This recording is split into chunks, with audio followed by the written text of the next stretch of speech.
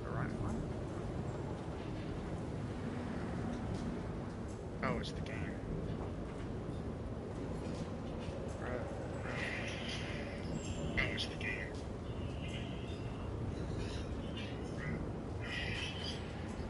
Okay, so I literally can barely be heard. That's not good.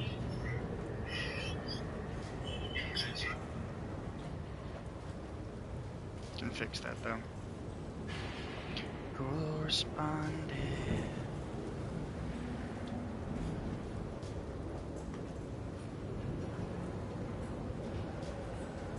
Son of a bitch.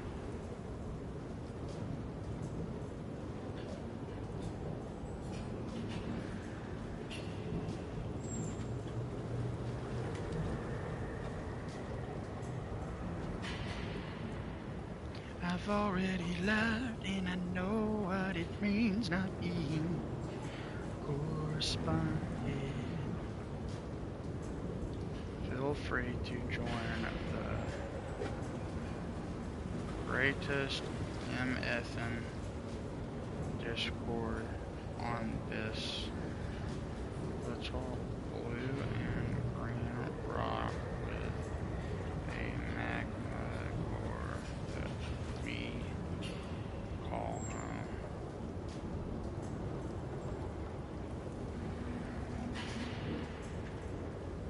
Like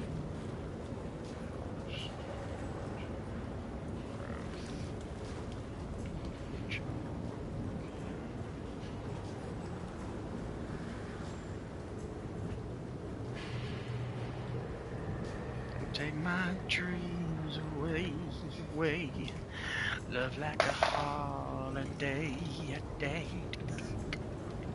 Look, green eyes at the.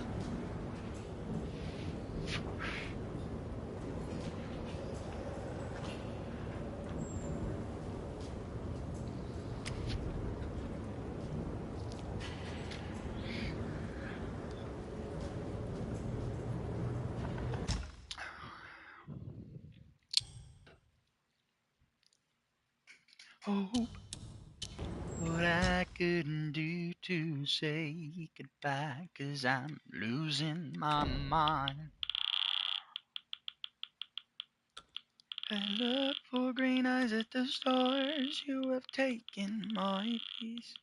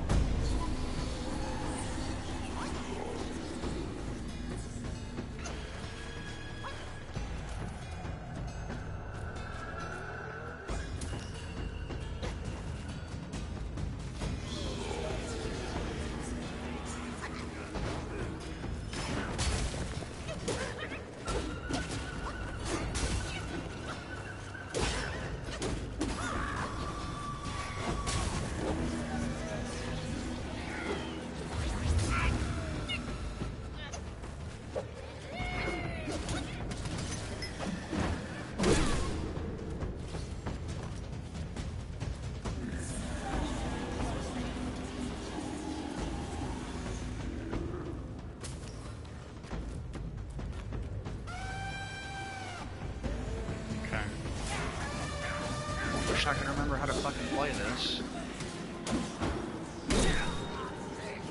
I have no idea, but holy shit, this input latency is fucking terrible.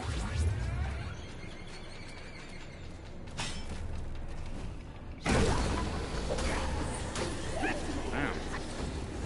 That did a fuck ton of damage, holy shit. Oh, so that's how it works. You press it and then you hit R. Okay. See, I did not know that. I got these motherfuckers draining my HP constantly, because of course they would be. Holy shit, man.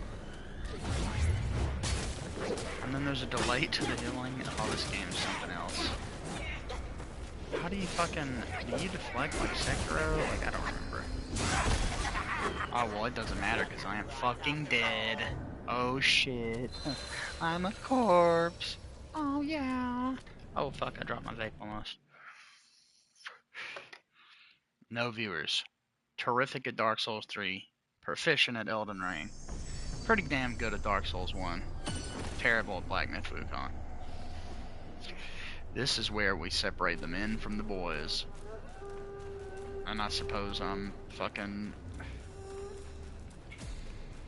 not a man at this game.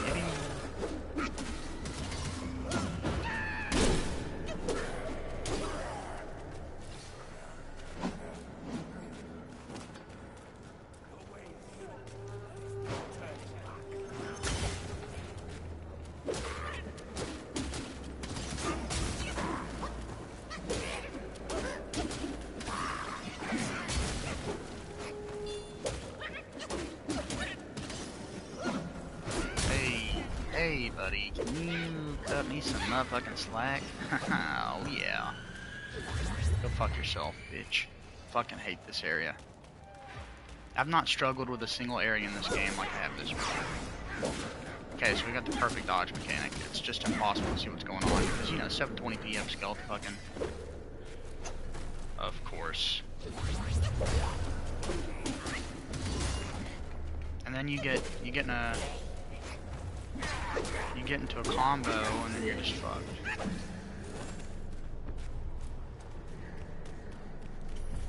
Hey Anatux, what's up, man? Nice to see you, dude. I'm having a pretty fucking terrible day. I'm really glad you're here.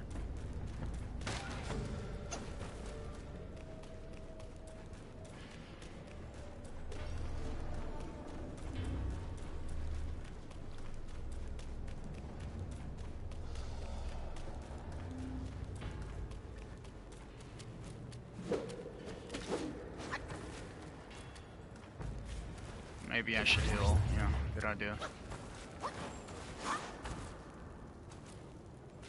Yeah, well, you know, not getting paid more than $32 tonight really was devastating because I had a friend that loaned me a little bit of money to survive till Wednesday under the assumption that I would get hours. And I go and I sit there and they can't find a place for us. They don't tell us that for over an hour. And there's supposed to be a backup plan for that where you basically go to HR and you're like, hey, I need somewhere to be, please. Don't go home, that's what they tell you. And fuck, man, they sent me home at my first day. I'm not gonna lie, dude. Terrible impression. Absolutely terrible first impression, dude. I'm like actually angry. And then, guess what? The drama at home today has been fucking terrible, man. Dude, I've got... everybody's coming at me like I'm the problem when I've done nothing but try to be helpful and done the right thing. Yet I'm like... I'm being punished for my wife's actions. And I've done nothing, man. I've just tried to do the right thing, that's it. By her, despite what she's done to me, to her mother, her father-in-law, like everything. I have spondylolisthesis, which is basically a vertebra in my spine pops out, rubs into another one, can be corrected with physical therapy, but if it's bad enough, you have to have surgery, you have to have a plate put in your back. And being active hasn't fixed the problem. So, I've sacrificed so much about my morals and my feelings, and my physical health and everything to try to make things work here. And every single one of them, they get making snide comments, saying mean things. They come down here and wake me up when I'm sleeping on a third shift schedule, wake me up a couple hours early and immediately start in on me. And they're snooping around in my life in a way that I can't stand. Like, about my wife being pregnant,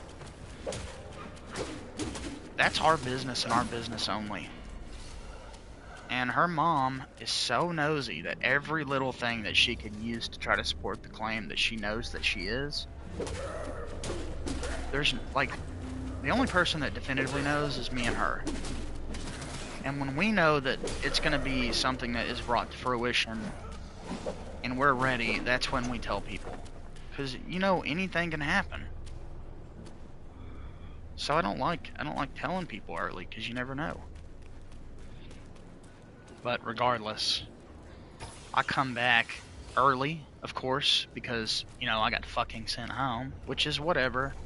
The problem is that I don't think I'm going to be able to go in today because the babysitting situation, because I live in fear that they're going to scrutinize everything about, like, they will just go into our rooms and fucking find things to be angry about, and that like anxiety that I get from that is terrible. Like, I don't want to leave. So either way, I'm fucked, because I didn't get any shifts, and the one that I did get, the most important one, I got fucking sent home early. But then I come back and her mom's outside and we get in this conversation. She's complaining and shit, and I'm like, listen, I'm like the only one trying to do the right thing here, and I love my wife. I really do. I stuck by her through this shit that she's put me through. I really love her. But I've been done so dirty. And what did I do in that situation? I manned up and fixed my flaws to the best of my ability and started really trying harder than ever before. Got this job, did everything I could, and a lot of that has to do with, you know, things for the house too. It's just like, and these are the type of people that'll threaten to sell the house or say, on the first, we're moving, y'all need to do this or that. But if we say that we want to be out on our own and not live with family anymore and rent from them, they get upset at us. And today they called me a fucking liar. And the thing is that I take telling the truth extremely seriously. You know, little white lies here and there, I think everybody has those moments. But like, when it's something important, I'm so on the money, dude, and serious about it, because it's important to me to be as clear as possible. And when my father-in-law came down here and woke me up, like I said, and fucking griped at me, everything he was complaining about was stuff that was directly a consequence of decisions that my fucking wife made, not me. And I'm like, dude, listen, I'm doing all of this for y'all too, like, so I can make this right. And, you know, I made it clear. I was like, look, you give me 3 months, I'll be out. I don't care. But I said, I want to do it right. I want to tear the stuff that we built down here down. I want to place your garage doors back to just being regular garage doors, and I want to get that room upstairs finished. And once that's done, you know, I'm fine. I have no fucking connection here, but I just want to do the right thing.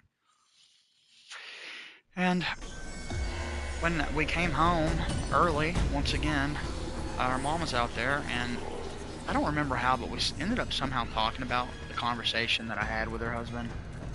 And I just told her verbatim what he said to me.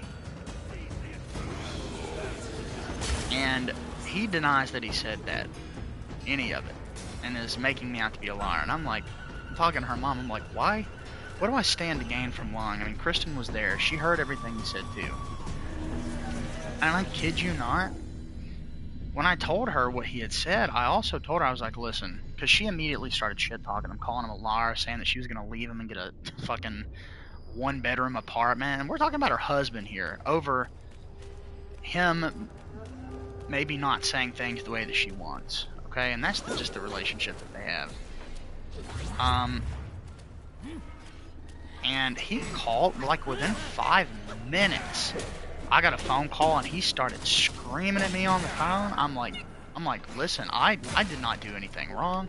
I was respectful to you. You're not going to call me up and scream at me. He kept cutting me off, talking over me, treating me like absolute dog shit. And like I said, dude, I'm the only person here that's trying to do the right fucking thing. It's taking time. Like I said, I am fucked financially right now. I'm so fucked, man. But I'm trying my best, and I know that it's going to get better. It's just a matter of time. I really hope that by a week from this coming Wednesday, I pray to God in heaven that I have an actual paycheck so that I can feed my family, have gas in my car, and take care of the things I need to take care of. And like I said, I love my wife, man, but she's not really done much. She's never been super consistent, except for the past year. She was a lot better. I had a fucking spine injury, so I stayed home and I took care of the kids and I DoorDashed with her. I DoorDashed a shit ton. And then, you know, she found stable work and then I didn't have to as much. So what did? I took care of the kids. I started streaming full time. I took all the responsibility of the home life off of her shoulders. I tried to be the best help that I could be to make her life as easy as possible. And she was only working 3 days a week anyway. And then, you know, then she did all this shit to me. And everything they're mad about is something that she's done and not me, but they're like taking it out on me. And I'm just like, I'm so done with it. And to answer your question, I was going to do that 5 minutes ago when you asked. But feeding 7 people, and when one of them is very picky about what she'll eat because of hormones, it's not cheap, dude. After rent, if I'm lucky enough, well, first off, if I took every dime that I had to my name right now and did not spend it, I would still be under half of what I owe on rent next Wednesday. Which means that I'm going to have to sell my PlayStation 5. I mean, it would just be no option. This shit with my job has taken so long to really get set in stone. This just screwed me. And that would give me enough money to pay the rent and maybe have money for food. And I'm talking like the worst food you could fucking imagine, like Dollar Tree food. I don't know what else to do. I can't speed time up, you know, it's just how it is. It's taking time. And once I get in there and I have become more familiarized and I meet, you know, the team leads and I get familiar with my job and I'm able to prove myself a little bit, it shouldn't be as much of an issue. But I'm the new guy, so of course I'm going to be first picked to get sent home. But yeah, man, like if we're really scrounging between $100 to $200 a week, that would be like really struggling. Like I'm going to have to extend my car insurance because of this and pay a fine for it. And then pray to God, like I said, I get my hours, man. Dude, it's getting so bad that I'm thinking about putting in an application at Walmart and just working there and working at Roper on my fucking off days. Like, and that would give me less money in the long run, and it would take away my wife's ability to work also. And we wouldn't be able to work together at that point, which would fucking suck, because honestly, dude, our life plans are totally hinged on us being able to work together and find babysitters. And all of this shit started over babysitting. We're talking about people that are like, yeah, we'll watch your son. And right before we're walking out the door, oh, by the way, I have a problem with this. I don't want to do this. So get fucked. You don't get to go to work tonight. Just, honestly, dude, it seems borderline evil, man. And you know, I've seen good guys get dragged through the mud, but I've lost all hope. I really just don't know what to do. I'm so miserable every day. All of this excitement I had to work and to try to change my life, and it's just every other day something happens, or my relationship with my wife is falling apart and I cannot get through to her. I cannot get her to act differently towards me, despite the fact that I've been moving the fucking earth for her. And then that just makes everything that happened in June more painful. And the thing is, the guy that I would have talked about all this to, I can't talk to him anymore. Because he tried to fucking steal my wife and kids away from me. And if I lose the PlayStation, I lose all of you guys. I lose my ability to stream.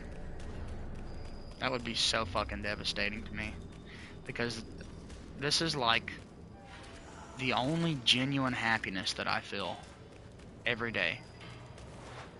Is seeing you guys pop up on here and talking to you. In a way, you guys have been basically like my new best friends. Fuck, man. It's like $30 just to get my fucking gas tank full. It's just terrible. Best outcome, maybe get to go in tonight. If I don't get sent home. Worst outcome, I can't spend a dime of the money that I have, which is not much.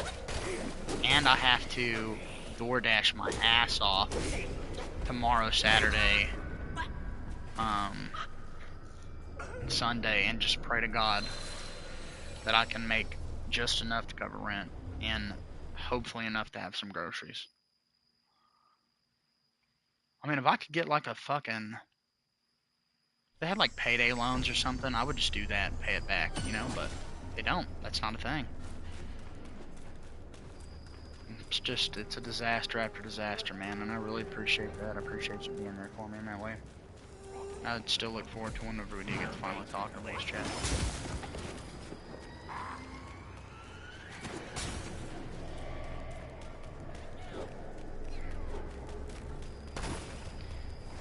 I'll say this, if the PlayStation has to go bye-bye, it's gonna take me a while to rebuild. And I'm depressed enough as it is without being able to get on here and talk to my friends and to do this thing that I love to do so much. And to think that I could have been monetized had YouTube not reset my yearly watch time for some fucking reason. Hey, Linwix.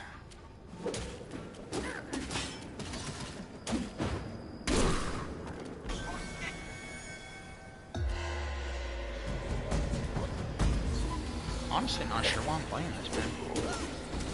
Usually, when I know that I'm gonna have to let go of something, I don't waste my time getting used to it. So,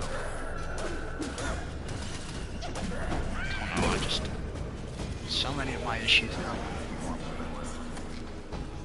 And I've only ever treated them with respect, only ever been kind to them. Get treated like dog shit.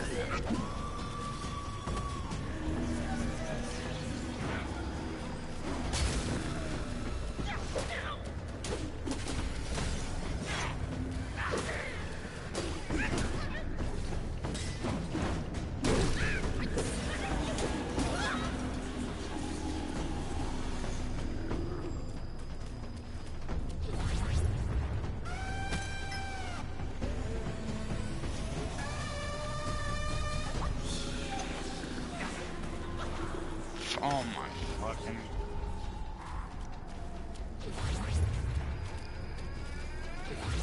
Can't lie, this fucking game's getting on my nerves. It really is.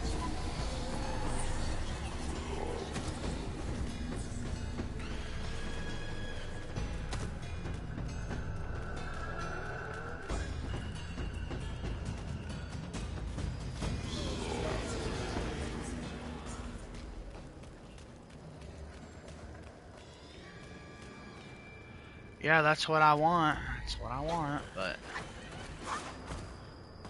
fuck, if this becomes like a standardized issue at my job, then I'm just fucked.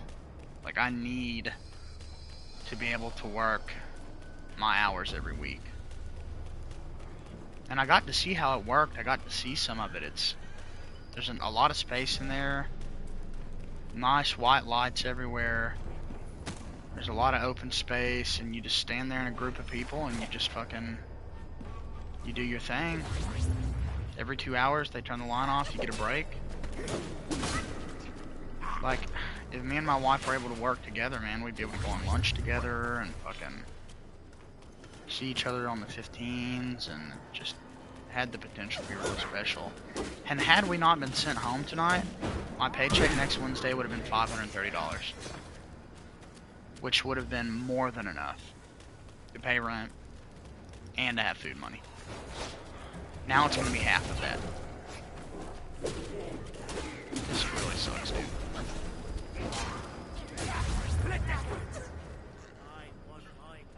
But that's how it is.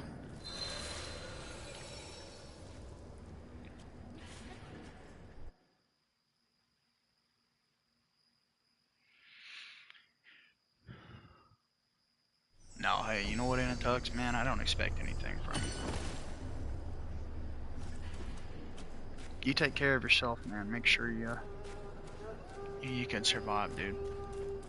I'm more than gracious enough that you helped me get my shoes, so.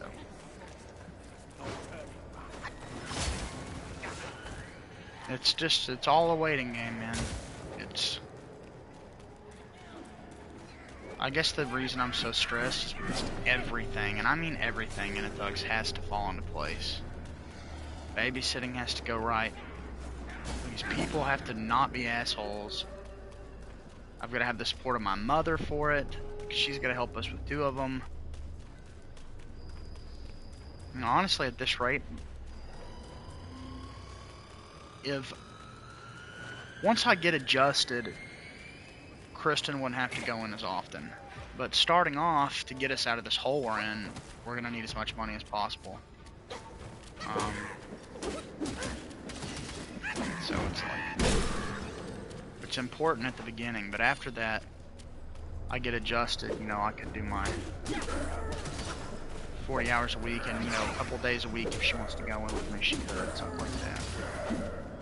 I did meet her team lead today, who was really nice.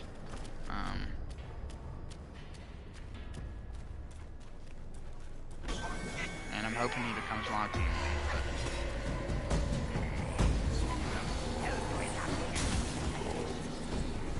Yeah, workers' choice people are just treated like second-class employees.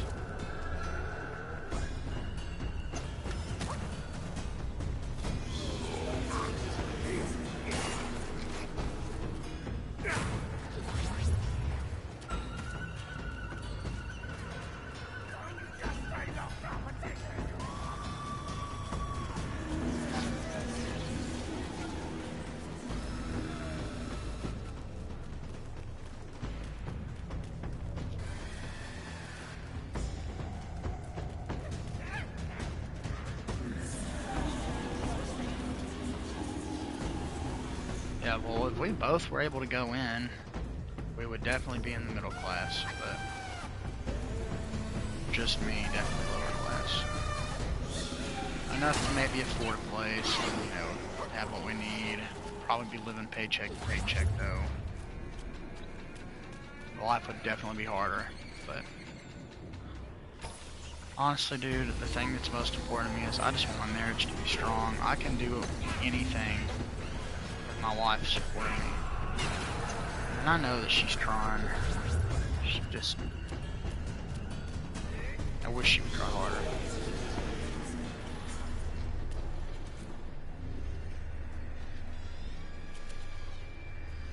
I wish her family didn't treat me like shit. That'd be nice.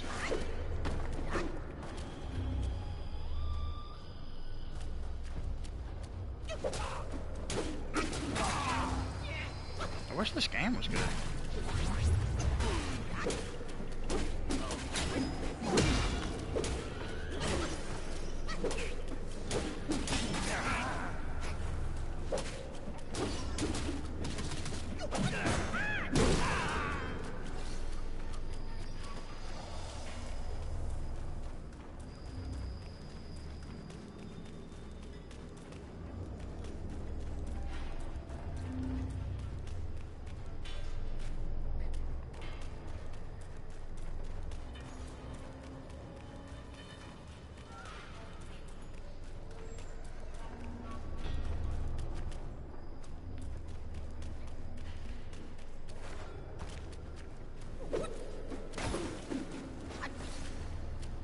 Just so interesting to think that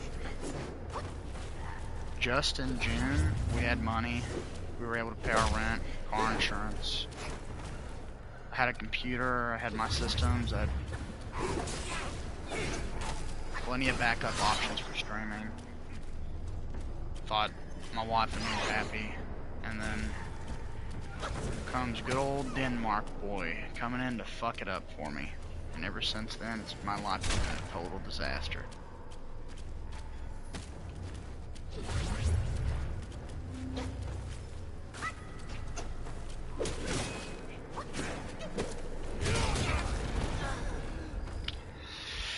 Oh man, this is not going well. This is not fun.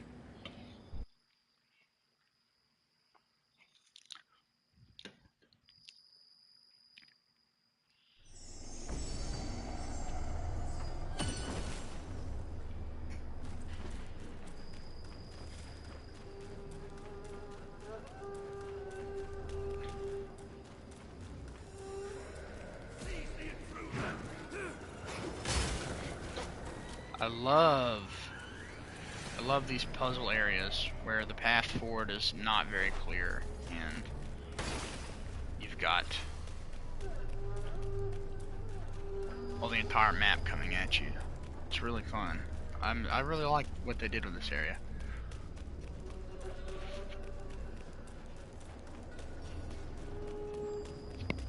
Yeah, well, see, we had support from the government, and then my wife fucked it all up by herself.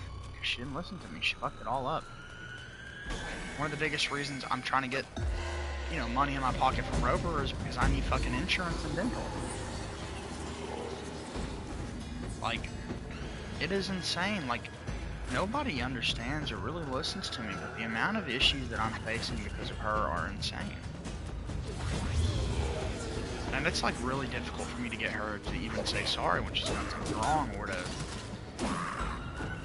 care about how I feel, unless she's hiding behind a phone screen. She's just so reserved and locked up for whatever reason.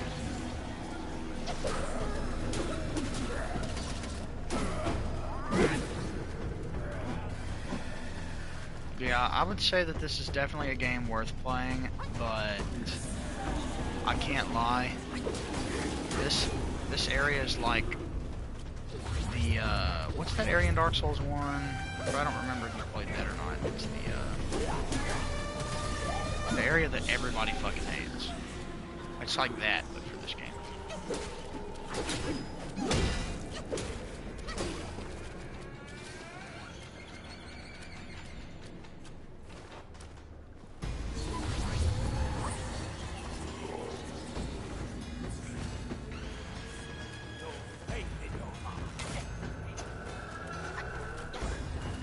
I just know that no matter what, I want to avoid losing my fucking PlayStation 5 at all possible crossroads, because this is all I have, man. I mean, I've got a Nintendo Switch. If I could stream it, I would fucking sell the PS5 in a heartbeat, but I can't. I can't think of any way that I could stream it without a computer and a capture card, and that sucks because, dude, I would stream a shit ton on the Nintendo Switch if I had a way. Unless there's a way to like capture gameplay on the Nintendo Switch with a phone or something, and somehow charge the phone and then I could just stream and me capturing it. I don't know. I don't know if capture cards exist like that for phones, but if I could do something like that, that would be an option. I've got so many games, so many good games on there that I love, that I would love to fucking stream.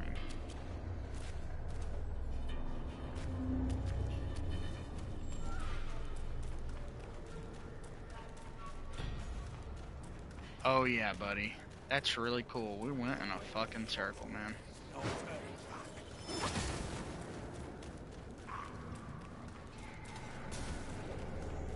I actually went in a damn circle.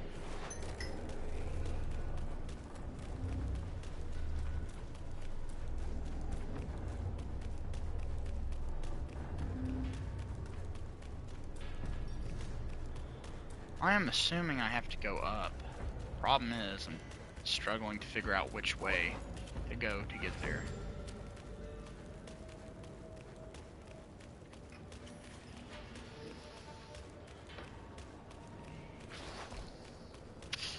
Yeah, our economy over here sucks right now, man. It's tough. Like, honestly, my biggest money sink is food. It's just so expensive. It didn't used to be that expensive. You used to be able to support an entire family off of one 40-hour week income. Like, I don't know what fucking... It just... It ain't like that no more. Even with me and my wife both working, it would cause us a world of stress. Like I said, we'd have to find somebody to watch our children. Or pay a babysitter. There you go. There's another couple $100 a month zapped out of my pocket. And then I've got to entrust them with fucking strangers, which I'm not excited about. And then I'm like, I was telling her mom earlier, I was like, you know, between me and Kristen, if we get 4 days a week, we'd be making like $4,400 a month. She's like, no, you wouldn't. I was like, yeah, do the math. 1680. Really not difficult. Times 8.5 times 2. That's 2 days worth of wages. So if you did times 4, that would be about $1,000. So it'd be 530 plus 530. So it'd be $1,060, give or take, depending on how much taxes actually get taken out. We'd be making more money working less hours than her father-in-law. And he's had to put himself through a lot worse. And it gets us both in the working mindset, which I like, which is good, I think.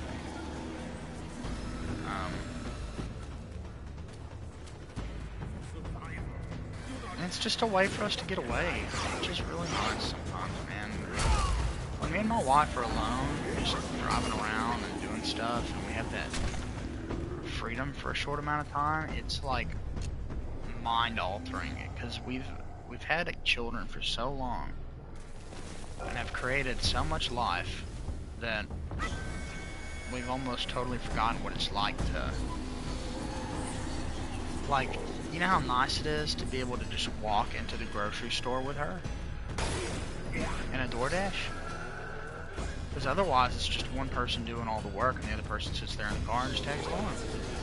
And I tell you who's not doing all the work, it ain't fucking her, it's me.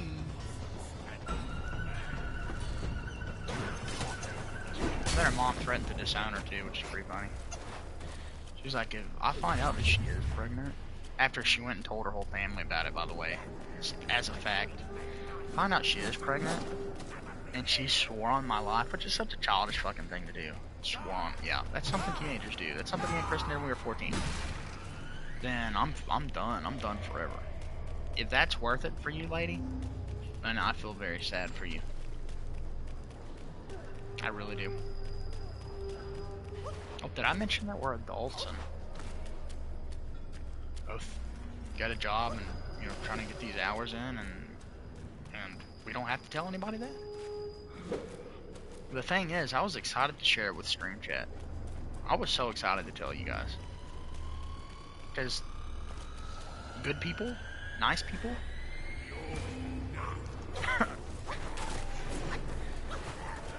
the last person I wanted to tell was my mother-in-law, and it was specifically because we knew for a fact that she was going to tell everybody. And what did she do?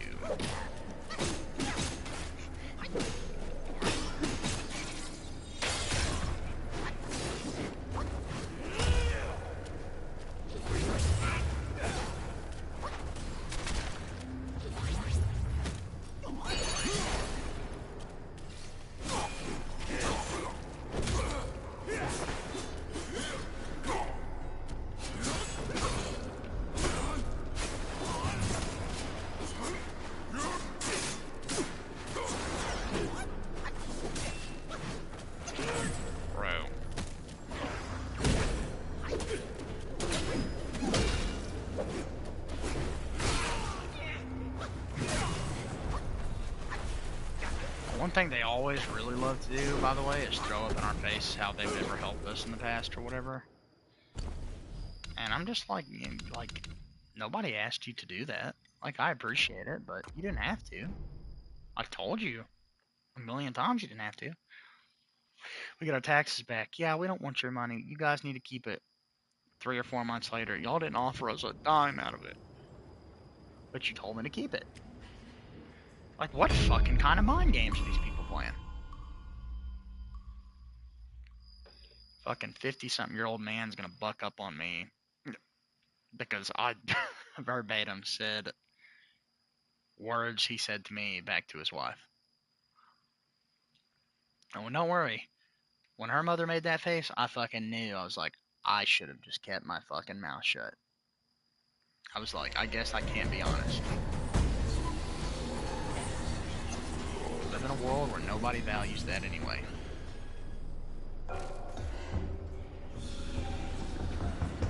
It's crazy too, because wherever Murphy's at in the world right now, whatever he's doing,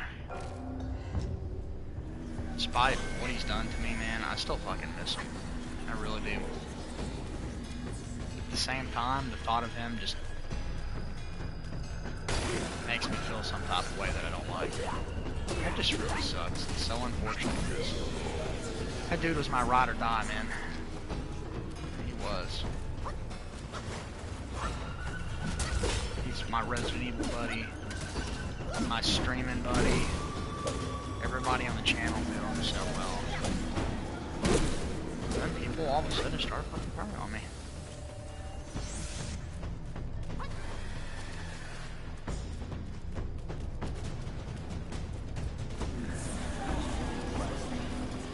Nobody wants to complain about where the problem's coming from. They want to be mean to the guy that's trying to fix the problem.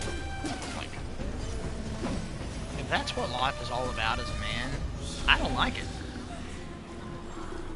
I mean, I know men are automatically held to just this super high standard, and in America especially, you know, we're expected to not speak about our mental health and to hold everything in and just be big, strong men, but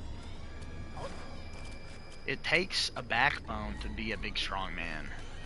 You need somebody or a group in your life of people that can provide you with some type of support in the background. That's why I really, really love the saying behind every great man is a good woman. It is somebody that really likes ladies and is married to one. I feel that. I feel that wholeheartedly. If she could, like, just give me that, man, I'd be... Like, just thinking about it invigorates me so much. Thinking about what could be.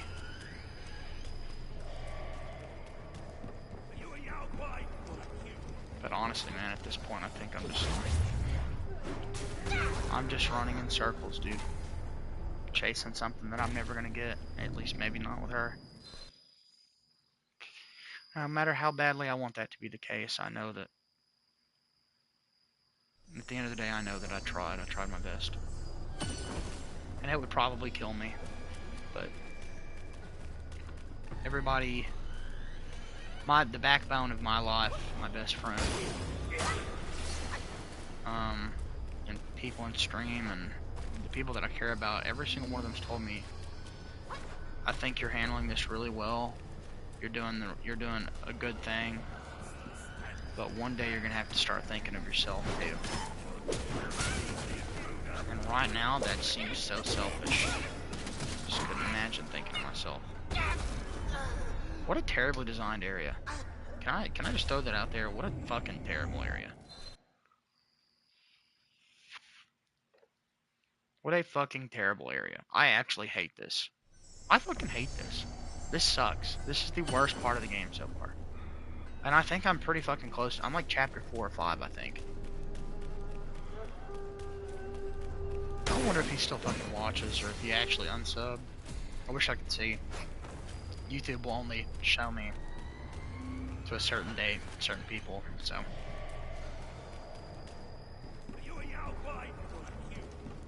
I know that, like, I'm not gonna lie, I've had these temptations to unblock them and try to speak to them again. Not necessarily as a friend, but just to maybe get some more closure, just to maybe leave that part of my life off on not such a sour spot. Because there's stuff he doesn't know about that I feel like he should. Like, things he was lied to about too. Important things. That made me look bad when I had literally done nothing. And I just don't think I'm ever going to get the chance to tell him. Because one, I'm too much of a pussy to do that. And two, I don't know if it would be a good idea. I mean, if I send him a friend request on PlayStation, would he accept it? I feel like he probably would. But I don't want to be put in a position where I'm like all of a sudden thinking that after that happened I could ever respect him that like I did. Or look up to him. And I am way too forgiving of a person, man. It is one of my worst qualities and also one of my best qualities.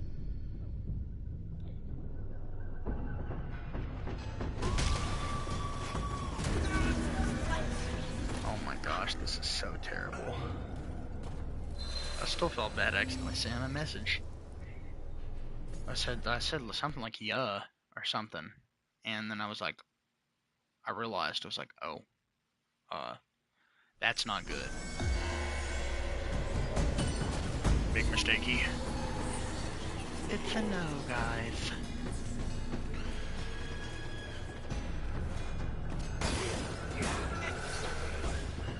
Oh my gosh, I'm miserable trying to get through this.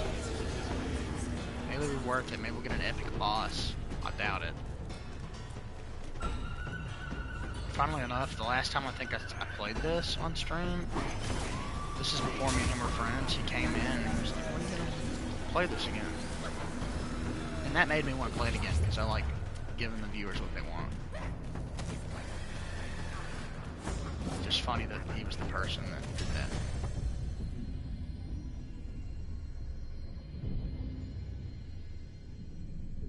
Kill a few more, then I can leave this place.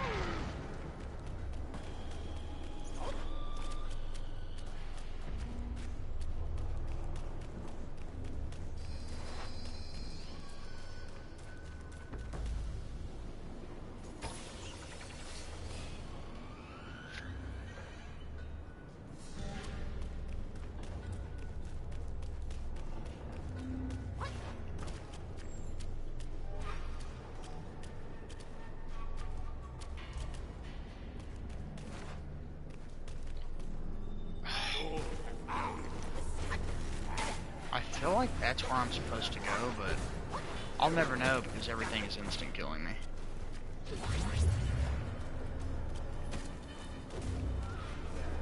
Oh yeah, there's an enemy I need to be fighting.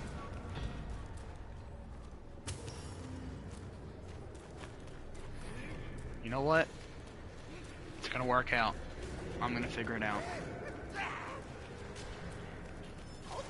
I'll do my best. I'll try my hardest. Can't give up hope.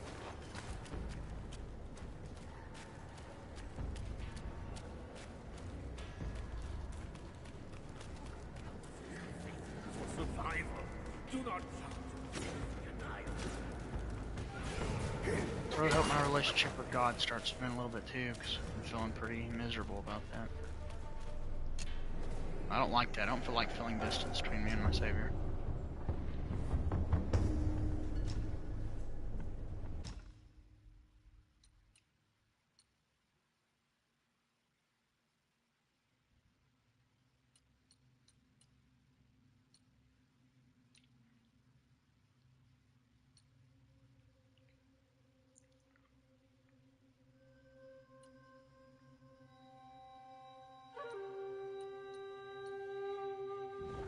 I don't know what's good and what's not there.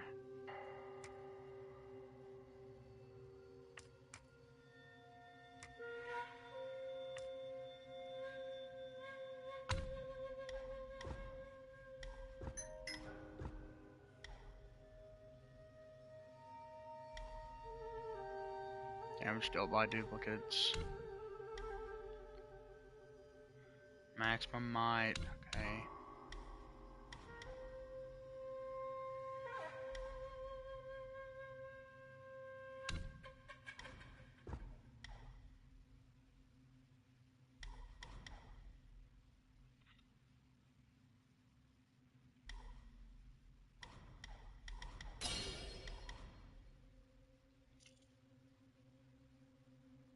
Okay, that's cool. Yeah, that's cool, Anatux. I hope you like it, man. I've always wanted to go back and play that. I've had it on Steam forever, but...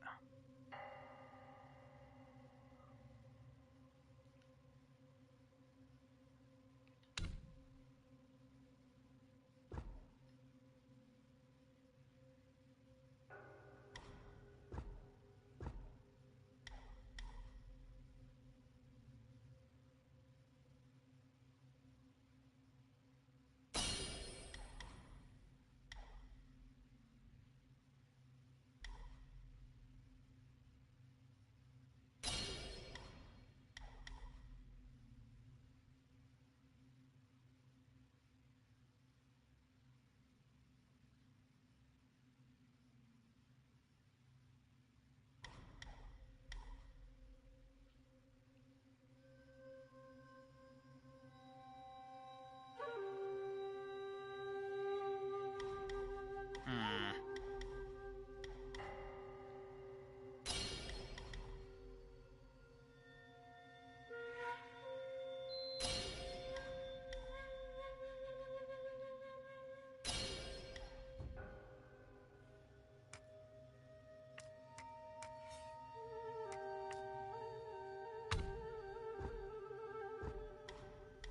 I didn't realize I just wasted those. Fuck yeah, Pumpkin. You should Hanson your Chris. I'm about to uninstall this fucking game. Because holy shit.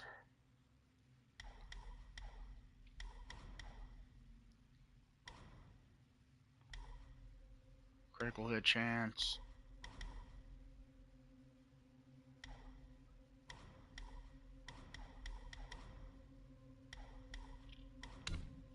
Maybe this is what I should be putting points into.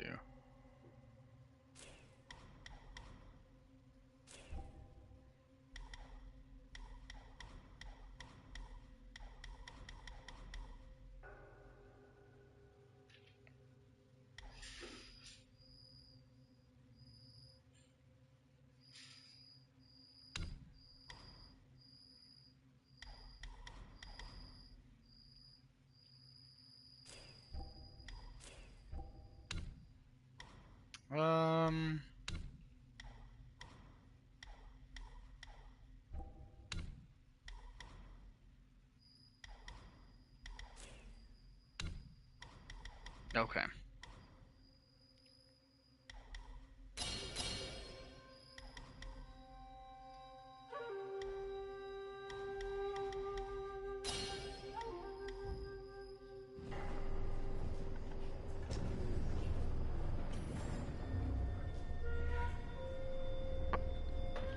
It's nice to see you, by the way, Pumpkin. Good to have you here, man. I'm about to christen my motherfucking hand. Yeah, I was about to christen my bed sheets earlier, but I didn't.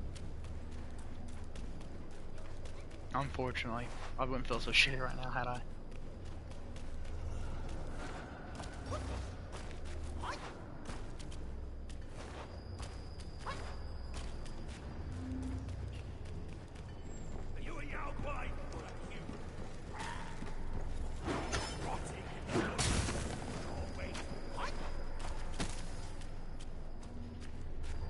Oh, honestly, Pumpkin, I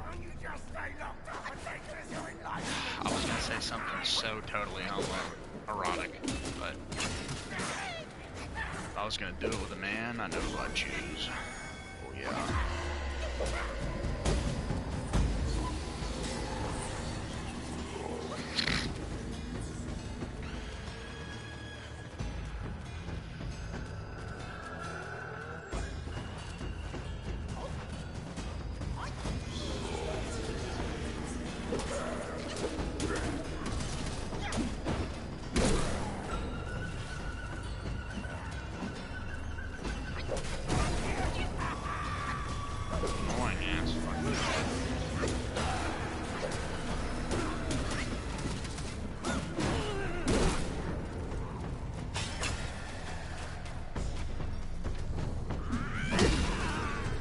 I didn't know you could charge that. So big whoopsie.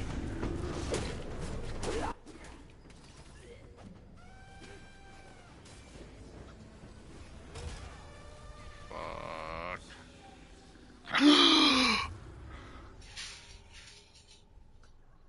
I'm about to uninstall this. Yeah, I smell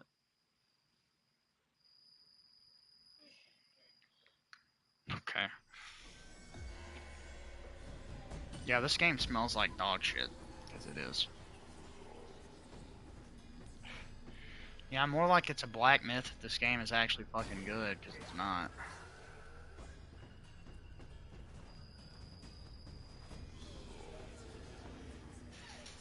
Monkey shit, such a...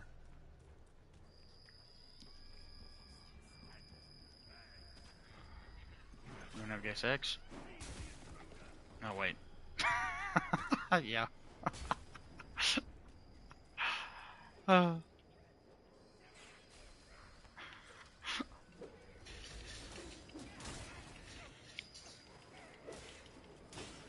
Don't say what you think I'm gonna... Oh, please. Please say what I think you're gonna say. Oh. No, no we can't. No. No, I thought you were gonna say you thought about calling it Black Dick Wukong. You fucker.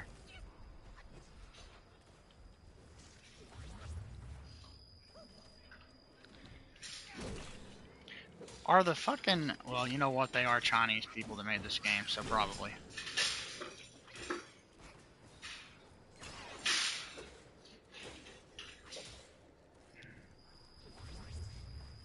Yeah, well, I mean, Finn was the protagonist of Star Wars Episode 7, and he was shrunk down to a fucking pea-sized JPEG on the movie poster in China.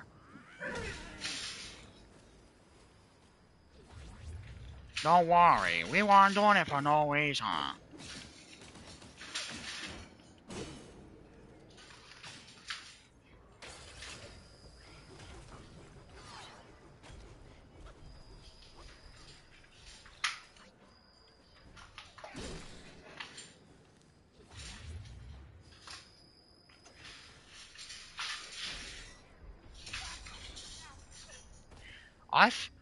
I think I might actually hate this. Yeah.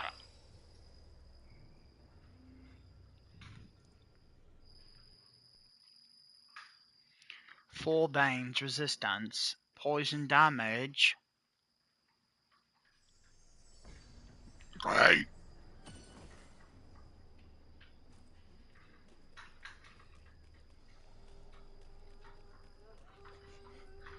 What? Why? Why are you doing that animation like you're gonna fall, retard? You're a monkey. You're great at perching on top of shit. Fucking stupid fruitcake.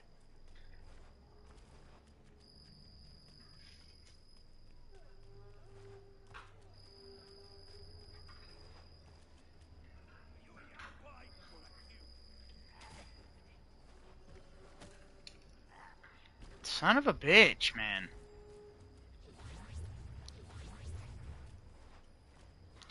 Okay, the game will not let me commit suicide off this ledge, and yet I have fallen into this pit of hell 20 times so far? Are you fucking kidding me? How does that make any fucking sense, game? Or do you just forget to program it for the rest of it? Fucking idiots.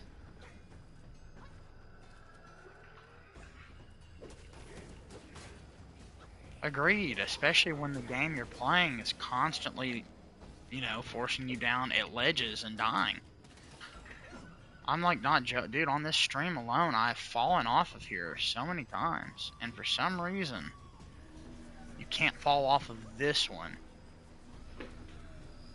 For whatever fucking reason. Wait.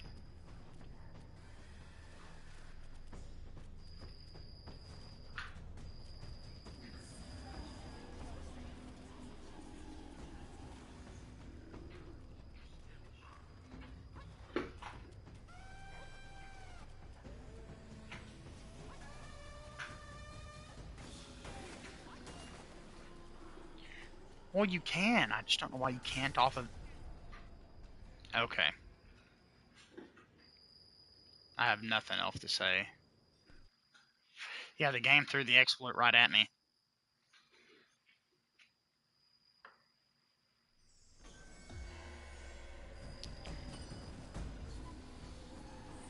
Yeah, tell that to cats.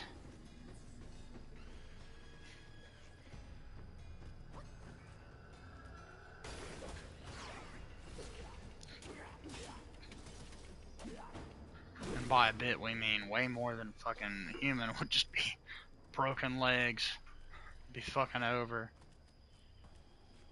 Your cock would be in your own ass at that rate. It'd be so fucking rough. And yet there are men out there that can somehow twist their dick and balls up in there. Don't know how.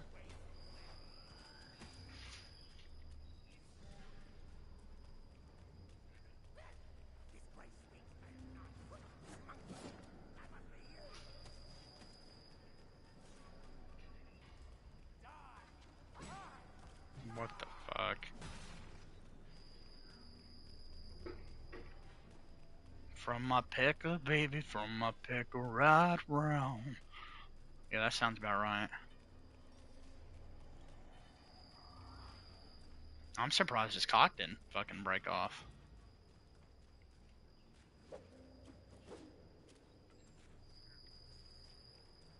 And here I thought my wife slapping my testicles was fucking bad. I'm just gonna kill myself. No, I'm not, because the game hates me.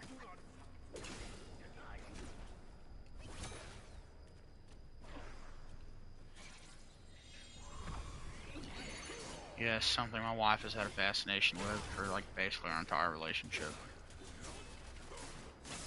Anytime I've caught her looking at porn, it's usually that. And the thing is, she just watches it. She doesn't like actually do anything to it. I guess to me that would be like,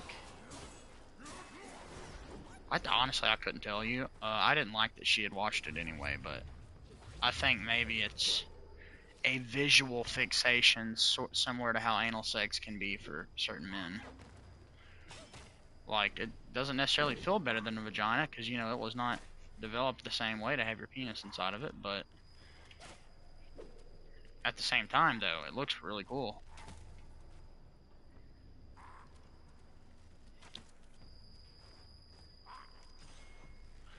Come on, you don't want to put your dick in butt? Oh! Can I fucking hit this guy? Fuck you.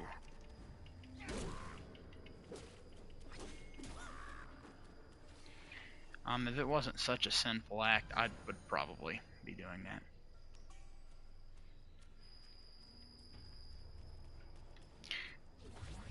I'm like dead ass the last time that we did that. Like, the following day, or it happened really early in the morning, like 4 a.m., and that day was the beginning of like the start of a 3-month period of my life being the worst it's ever been. So I took that as a sign from God that maybe I shouldn't be doing that, because I was punished severely for it. I mean fucking severely.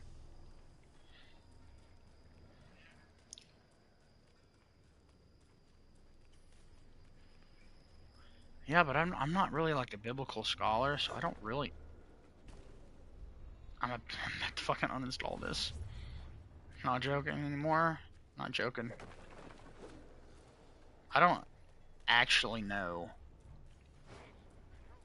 The Bible has a lot of interpretation type things, and I think that's one of them. Or something. This is something about telling you how you're intended on using your penis, which is to come inside of a vagina and create life, of course. But I don't know what the explicit rule is for other stuff. All I know is that my friend says anything that is not vaginal sex is considered anal sex. That includes oral sex. Because anal is. Oh, yes. Me and him are both vehemently against Protestantism. Or no, sodomy. Sorry, not anal. Sodomy. Sodomy is the act of having sex with anything that is not reproductive.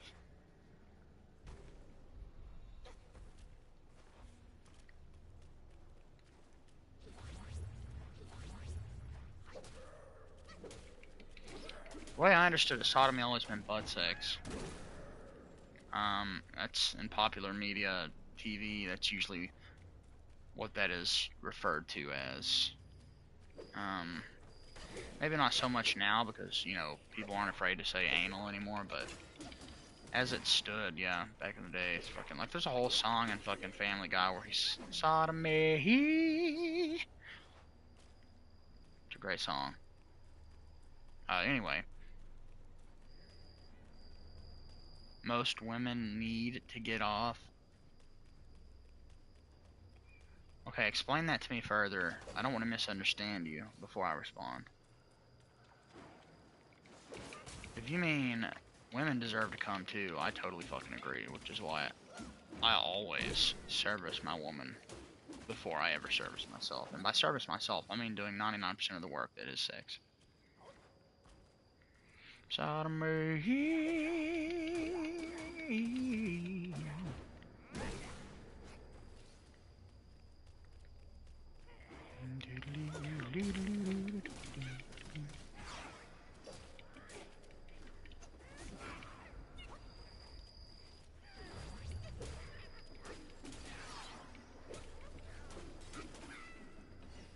Or like women need to get off the dick. So I could also see that working. Although I prefer they didn't. Yeah, to me. That's what I was saying. Okay, Pumpkin, do you know what he means?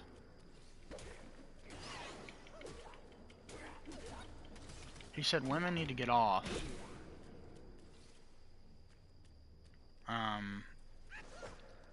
I thought he meant like, there's a very heated debate oftentimes in the bedroom.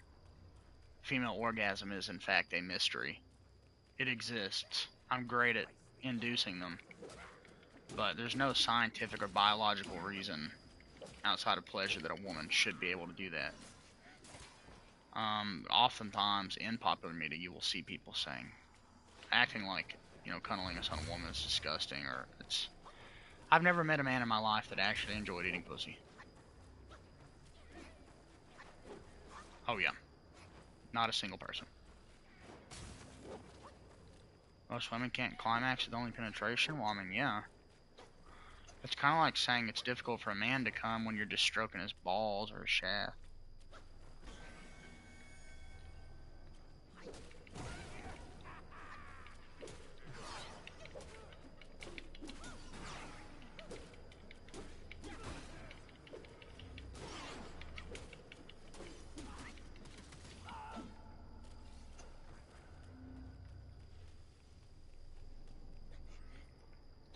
Fuck.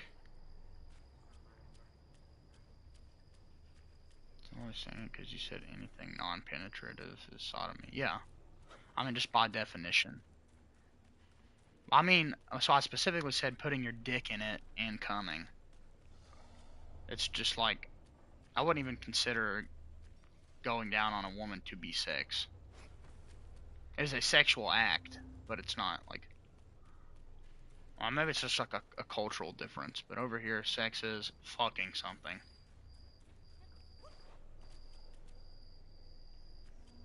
But I guess it would make... I don't know, I feel like I've...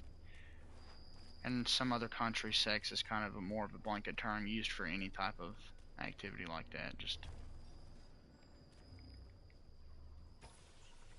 Yeah, I think it's a two-way street. I don't know. I mean... You know, a woman comes from her clit. A man comes from stimulation of the head of his penis. Yeah, the rest of the penis matters, right? But the head is where most of the sensation comes from.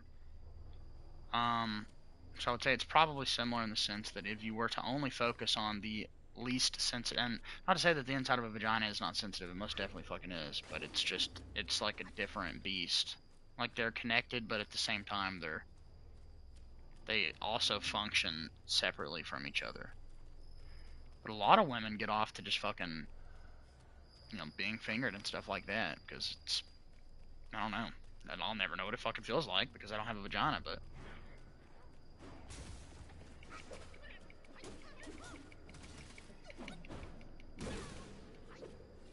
Yeah, see, by definition, oral sex would be considered sodomy over here. It depends on which magazine you read. Some people refuse to refer to it as that, and then you got tons of people that think that. So, I think it actually fucking matters. I don't give a fuck what you call it, but like, I just think generally speaking, when you think of sodomy, you're thinking, oh, penis and butt. But it can be more than that. It could also be penis and mouth, or penis and pee hole, which that would be a fucking sight to see. Holy shit. Could you fucking imagine?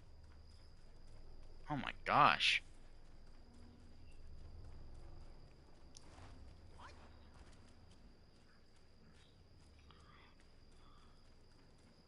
Okay, well, there's an episode of The Boys that has an entire scene like that. So, no, literally, the guy's superpower is to shrink and to go back up to full size. He climbs inside of his boyfriend's penis after they do a line of coke, and then he sneezes, goes full size, and splits his body in half. And he's like in there rubbing the walls of his pecker. I think it was in season 4, episode 1.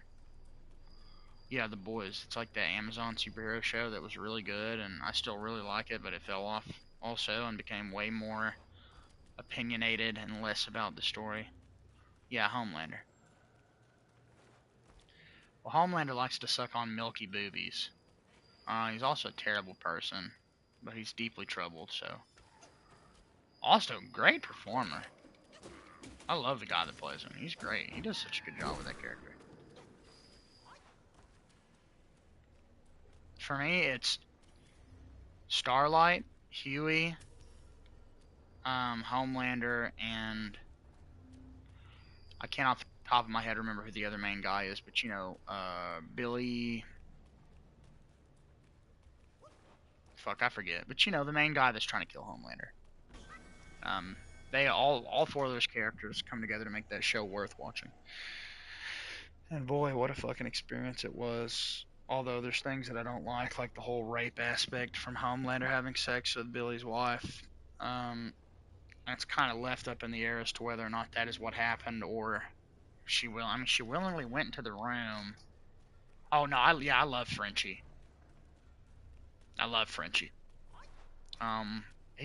He's always been more of like a side character, I guess, in my mind.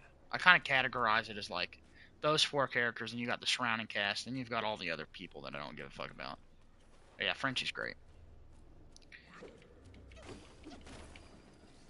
But yeah, in the comic, the comic was a lot more explicit. They changed it for Amazon, like Starlight, fucking all the boys on the team, Homelander and all of them, basically made her suck their cocks. In the TV show, I think it's only one of them. It's the fish guy, and I think he makes her give him a hand job or something like that. I don't remember.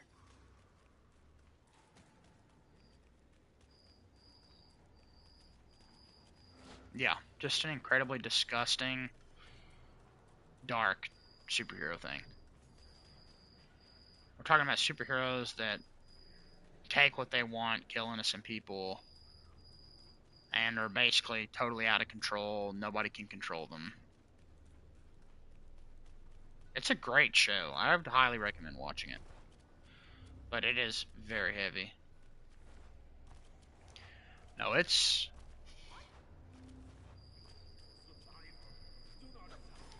Oh. Yeah, imagine... It's just... They're so different. Yeah, I mean, The Boys is in like a category... I don't know if you've ever seen Invincible. It kind of does something similar. Imagine like a superhero show kind of like that, but darker, but it also faces all the same heavy themes, but like amazing performances from all the cast, and like really good visual effects, and the story's like really entertaining. Like, I don't think there was a single time in season 4 or season 1 or maybe even season 2. I don't remember much about season 3. I don't think there was a single time in season 4 when I watched it a year ago where I was not hooked. I'm pretty sure I sat there and binged every episode in one sitting. I loved it that much. And season 4 is the most polarizing season, funnily enough, because it it basically picks a political side in the real world and communicates those opinions through the show. And up to that point, it hadn't done that. And the guy that makes the show straight up said, "Yeah, we're doing this on purpose." And people liked the boys being separate. Huh, I wonder. Libertarians. That was meant to be funny because nobody picks that. Yeah. that's what I'm saying. Who the fuck? Who the fuck would actually do that?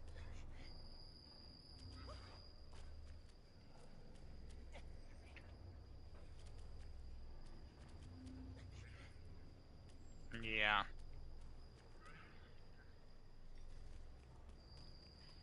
Interesting.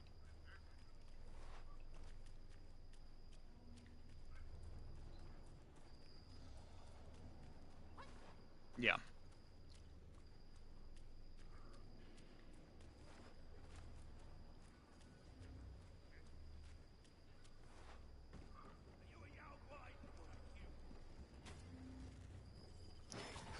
I think it would be incredibly interesting if an alternate party ever won the presidency.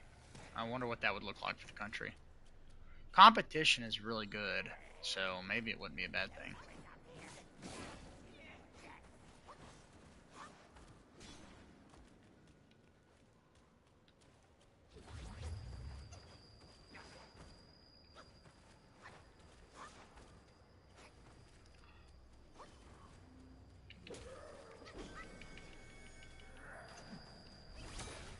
Yeah.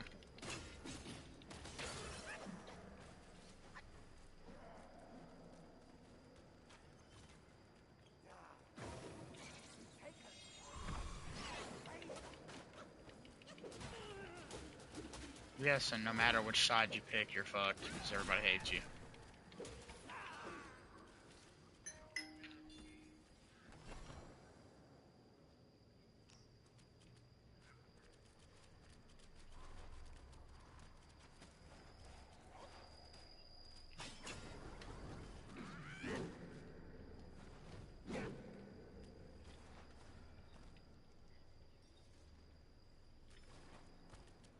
Yeah, that's that.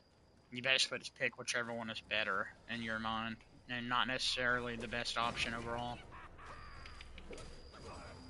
Yeah, I've heard so many people say that they just wouldn't vote, like they hate Trump, but they wouldn't vote for Kamala because of whatever reason. And if the option's gonna be lackluster at all, you know, it kind of sucks being pigeonholed into it like that.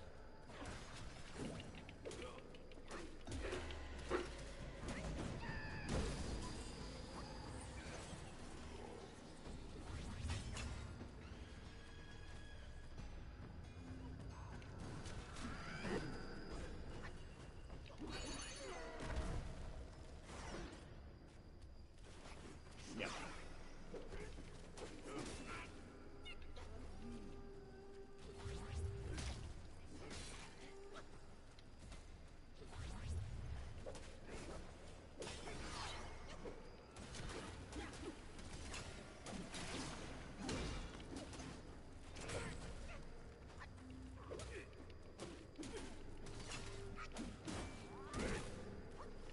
Yeah. Personality. No, I would agree. Oh. Oh yeah.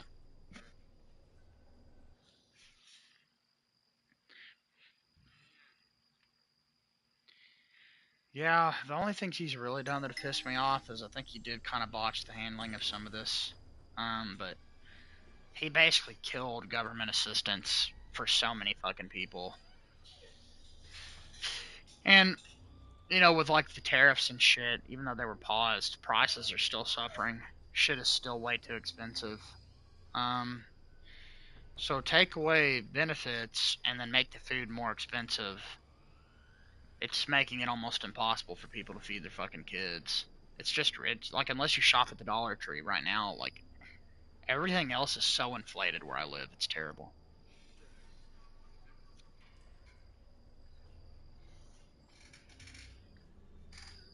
Oh yeah.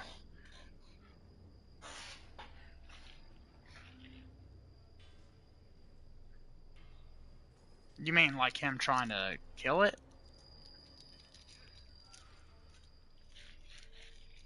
Oh yeah, well, you know what they say, your pockets never get too deep.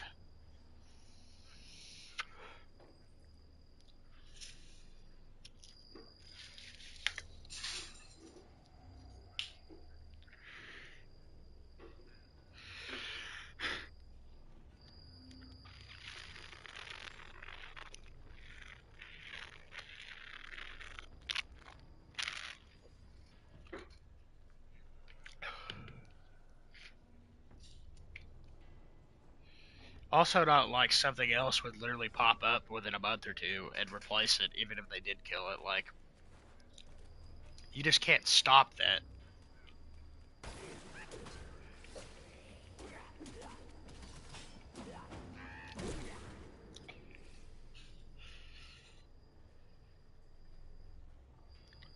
Yo, the problem is there's no protections for children on there. That's like my biggest gripe. Well, and I feel like it's a cancerous mindset. Uh, the whole like watching YouTube Shorts, Facebook Shorts, or whatever, right?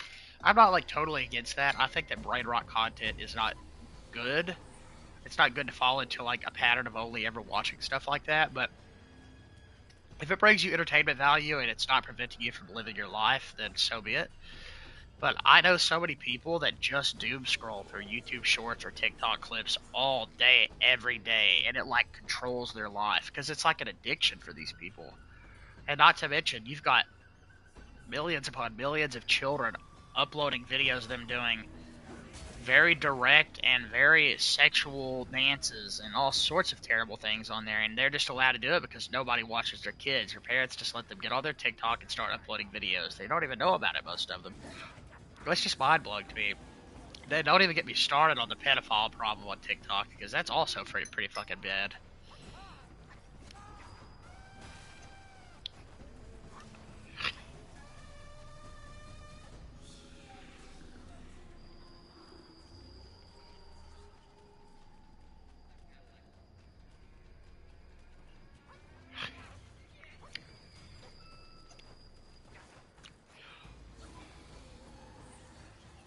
Well, dude, data collection is how they make their money. Everybody. It's like the yeah, literally. It's it's terrible. I hate it.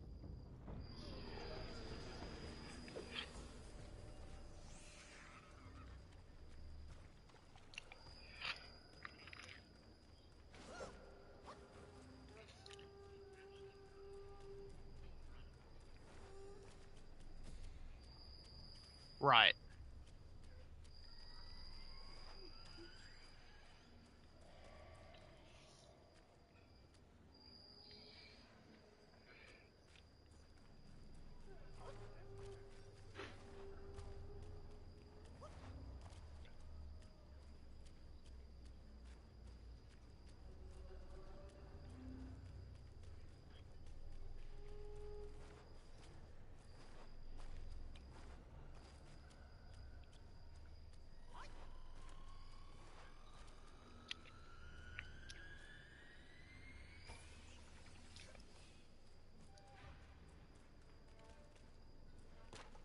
Oh yeah.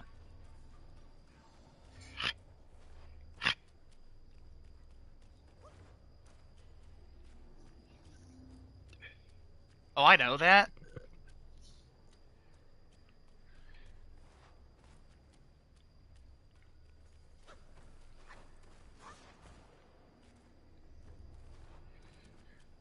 That's what I'm saying. Why kill benefits?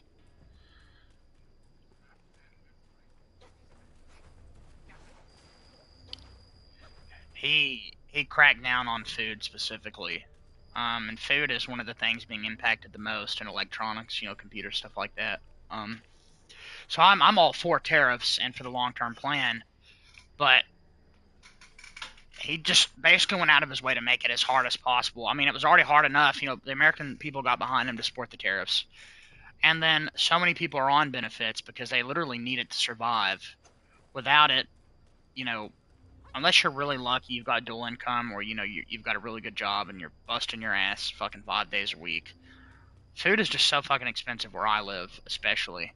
Um, so them like he changed so many things about what it takes to get food assistance. And I just feel like maybe the time to do that would be when the tariffs settled in and prices had normalized. It just seems kind of counterintuitive to the mission at hand. And as soon as he did that, a lot of people started questioning if it's even worth it at all. Because Trump was preaching, support for people in that working class, people that use that shit. Like, I just don't understand why make it. He made it way more difficult to get, and he lowered the amount that you get by, like, a considerable amount. And we're talking for, like, households with, like, many kids, and, even when you're working, it's still tough. Like, I've tried to budget to see exactly what it would take for me and my wife to afford groceries on dual income, and that's if we're living on our own. And if we were both getting our 36 hours a week after paying a house mortgage, and that would be with us having like a catch-up period where we, fix our debt and, we prepare. Even with all of that, dude, it would take basically everything that we had just to fucking survive, because it is that expensive. And then you just don't have money for the things you need at that point. So what it's basically forced people like me to do is I just have to shop really smart. I have to buy food that is cheaper. I can't necessarily buy the food I want to eat. I buy the food that I need to eat.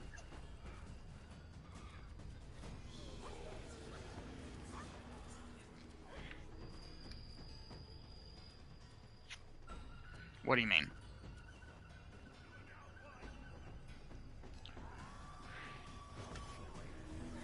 Yeah.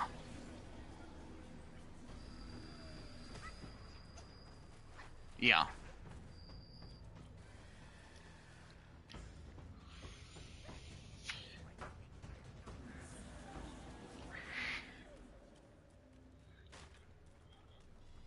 Oh, okay.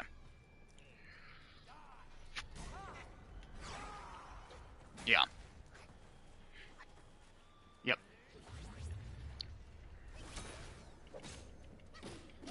Yeah, and speaking from experience, you starve.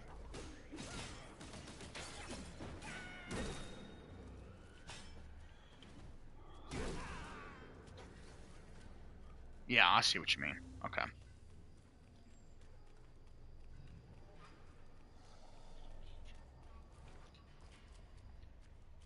Yeah. Yeah, it's a really shitty position to be in. I fucking hate it. But my problem is not eating cheaper food. I'm fine with that. Um, Limit the intake. First off, my oldest child is overweight, and I think would honestly be done some good if he was forced to eat more smart and less. Like, the problem with him is I'm not overfeeding him, but he will go to everybody else and get like the worst junk food you can fucking imagine. Like the shit that causes childhood obesity. Stuff that, like, and usually from his grandparents, of course. Of course they're the ones giving him the bad food. Um but the way I look at it, if they're hungry, they eat. 3 meals a day. At school, you already get two of those, right? Breakfast and lunch, so you come home and have dinner. So for the most part throughout the year, that's a good way to budget, to be frugal. You take that into account. And there are, like I said, Dollar Tree honestly is a lifesaver for me. You know, until I can actually get fucking paid for my job a decent paycheck, though, even that is really difficult to swing. Like, I just don't have the fucking money for it. Like, not and pay rent at the same time and pay my car insurance and just do it all. I just can't until I get actual shifts in. I don't know if you saw in the Discord. I went to work last night, got sent home early because the lines are full. So I'm missing out now on like a $250 paycheck. Or I'm going to lose about that amount from my paycheck coming next Wednesday because of that. And that's pissed me off pretty fucking severely because we had it planned out. Had me and her just worked yesterday and today and had our shifts go through, all 8.5 hours, we would have had $530 in our pocket next Wednesday night. Rent's $200. Pay that shit. I can extend my car insurance a week. You know, that way it falls on the next check. Then that leaves me like $330 to budget for food and gas. Now I'm gonna have like maybe $240. And after rent, it's all fucking bye-bye. And then you gotta wait another week till you get that second chance at fucking digging yourself out of that hole. I like really, really thought that it would be sooner. It's just fucking stressful. I didn't eat anything yesterday. I usually eat once a day. My wife and kids eat, but I just have to sacrifice that so that they can have the things that they want and need. And that sucks because I'm fucking starving and I literally can't do anything about it. It's just how it is. And what little money I have now, I'm trying to save as much as possible. You know, so that I can kind of alleviate some of the stress of, well, one, if I don't get any hours today, which is totally possible, I might not get a shift because my wife didn't schedule our shifts ahead of time like she was supposed to. Well, then I'm gonna have to account for that extra $120 through door dashing, or I'm gonna have to sell my PlayStation to compensate to hold me over till the next paycheck. And once I do that, streaming is dead for me. I'm just fucked. This one thing that brings me happiness is just gonna be gone. Like, I could still maybe stream from my phone. I thought about maybe screen sharing and, you know, fucking streaming some emulator content or something, plugging my headphones up on, you know, using Discord, capturing audio that way. But it just really sucks. So I know that I'm going to be able to cover rent. I know that somehow I will make it.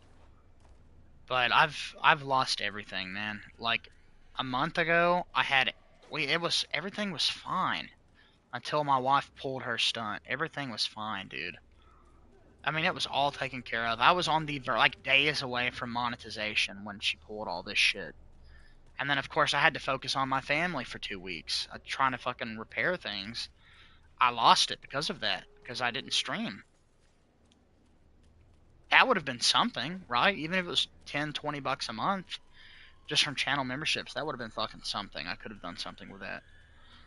And since then, you know, since she got morning sickness, she doesn't feel like working. She'll work with me if I'm there, right? Because that's like the push that she needs to be comfortable. And I feel the same way. I want her there too. I don't want to be alone with a bunch of strangers, you know, until I get to know them. But she just would not schedule a shift or do anything, and she's had access to that the whole time. Had she even just worked like two days a week, we could have survived. I would still have my computer, my Xbox, my Switch, my ROG Ally. I would have been monetized, and I wouldn't be dealing with all this other shit that I'm dealing with. Like, I don't think you were here earlier when I was talking about it on stream, but I had a fucking terrible day yesterday with my in-laws. Just absolutely fucking terrible. Treating me like absolute dog shit for doing nothing wrong. Mad at me for the things that my wife has done wrong. And I'm like totally sensible person, okay? But if like you come at me with something that's bullshit, I'm gonna tell you that's not how it is. Like, if I'm respectful to you, I want to be respected. That's just how I believe in things. If I'm nice to you, be nice to me. Whether, you know, if any of you don't like me and you don't want to be nice to me, don't just, you know, separate yourself from me.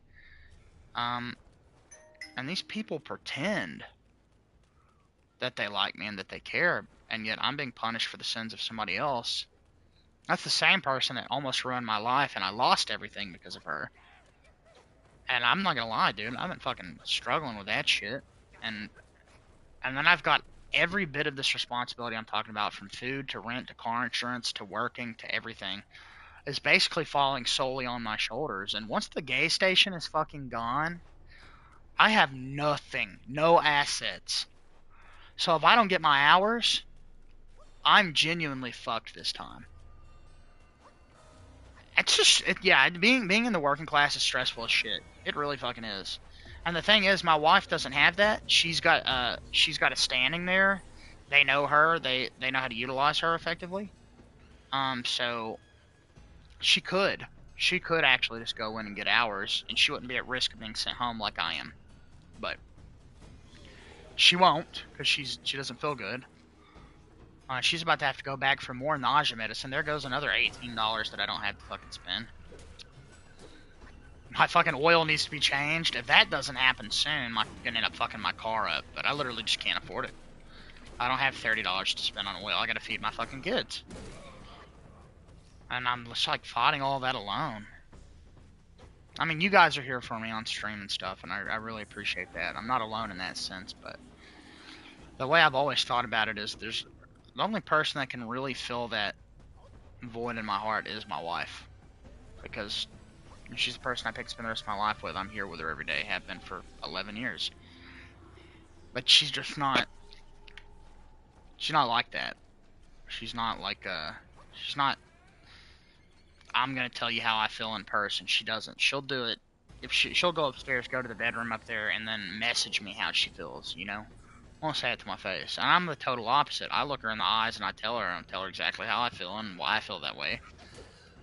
And that's just led to us clashing. And, you know, generally speaking, it is what it is. But after like I said, the shit she pulled and everything that I've had to sacrifice to try and make her life easier now that she's expecting, I feel like it's just that time where she just needs to get over it and do the right thing by me in that sense. She hasn't, but I'm starting to run out of patience in regards to that.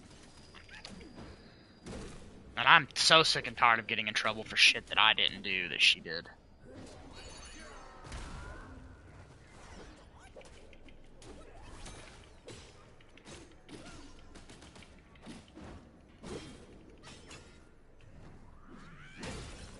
Oh, he's dead.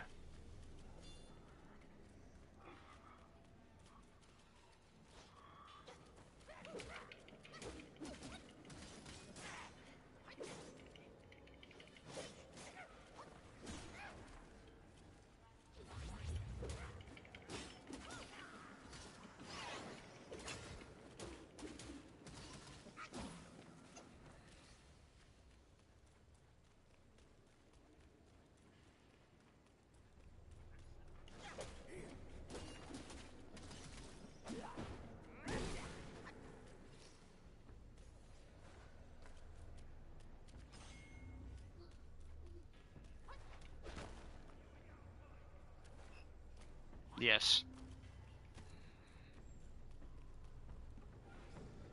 Yeah, we rent from them.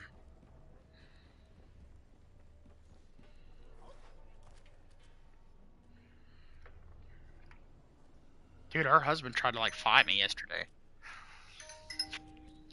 Yeah, he called me, he screamed at me on the phone, he got home, and he was, like, 2 feet away from me, and he basically looked me in the eyes and said, don't speak, or you're gonna push this to someplace it doesn't need to be. And I'm like, I've done nothing but respect you since you've been with my wife's mother.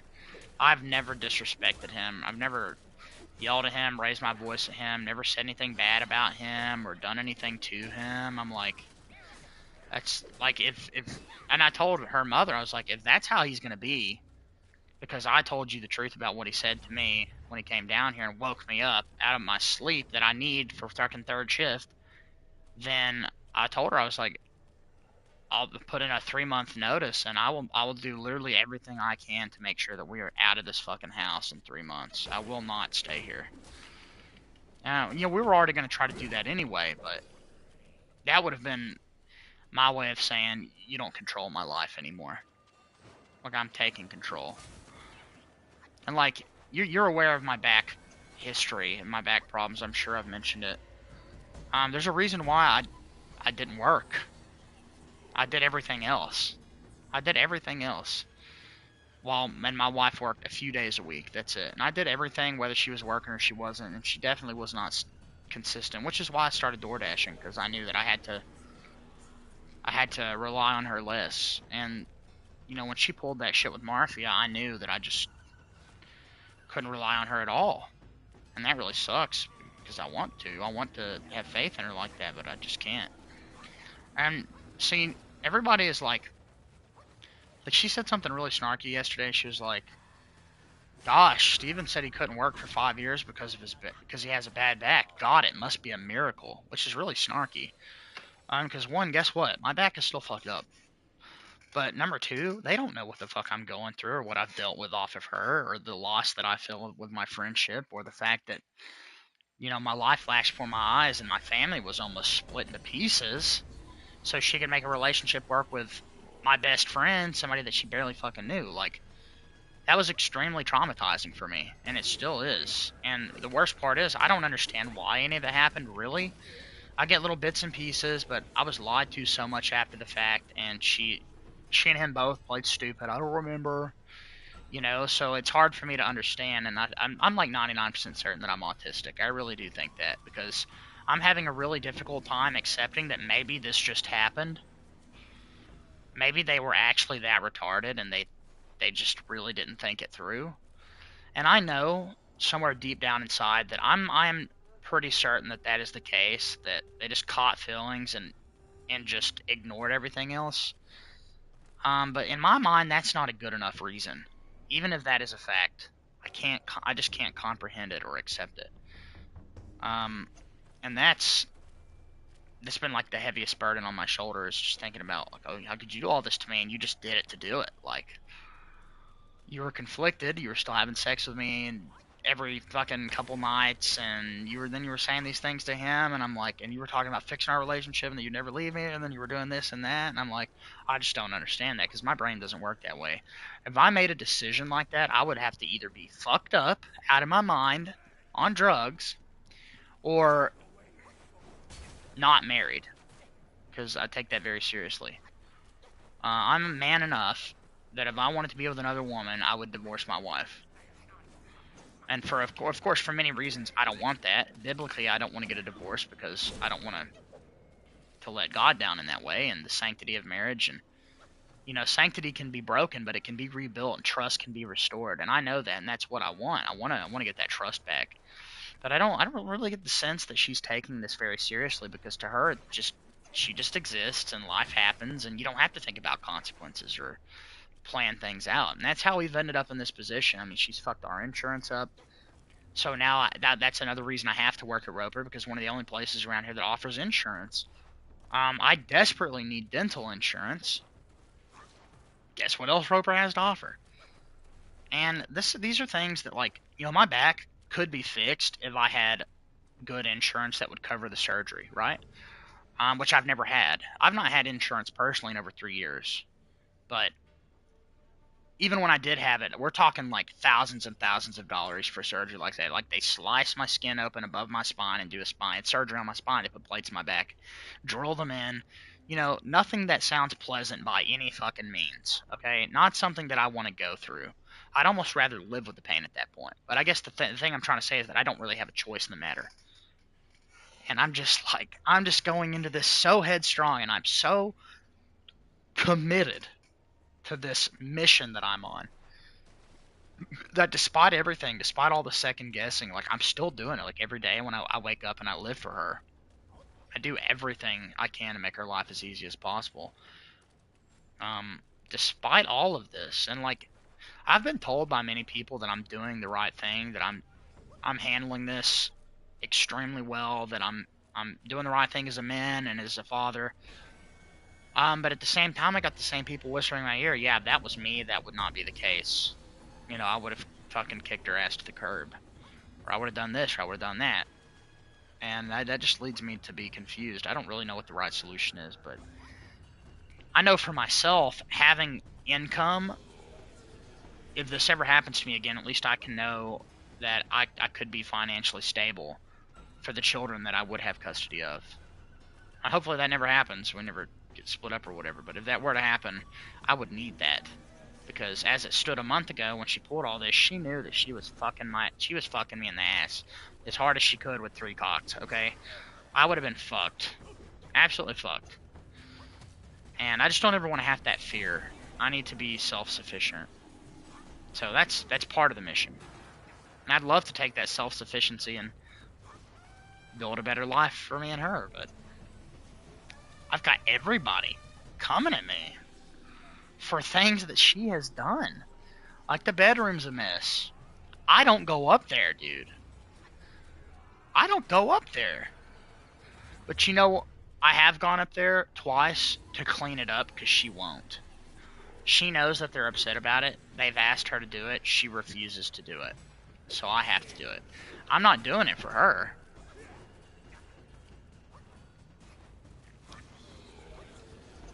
Well, I'm parenting her. Yeah. Yeah. I say I've been the primary. I've been the... Honestly, dude, like, all of my friends could tell you that I'm basically a single father despite being married. And that is so true. Like, 99.9% of the responsibility of all 5 of my children crashed directly down on my head. I don't have a say in the matter. I just have to deal with it. Like I said, she kind of just exists. She watches her Facebook shorts all day. And when I was talking about how it's a cancer on some people, that's what I'm talking about. She has been bitten by that bug of, you know, trapped in this loop of, I don't have to talk about how I feel. I don't care if my husband's miserable. I'm not going to tell him this or that. Because then I can just, you know, find instant gratification and laughter in this stupid 3-minute video of somebody fucking lip syncing to a song while making stupid faces. I mean, you wouldn't believe the amount of times I would be having, like, the most serious conversation with her, and she would just turn her phone on, immediately start playing one of those videos and watching it in the middle of me speaking. It got so bad that, like, it like, pisses me off, but it hurts my feelings more than anything, because I'm like, I think it was maybe last Saturday or Sunday, I got more information out of her about what happened between her and Mafia. Things that she had lied to me about, which, like I said, that happening, I forgive her for making that mistake. What I'm having trouble forgiving her for is how she everything she did after that, all the lying. Instead of just being truthful, she hid things from me because she quote-unquote didn't want to hurt my feelings. And I'm like, well, you hurt them worse by lying also. Like, because I got the truth out of you and you lied. So you just made it worse.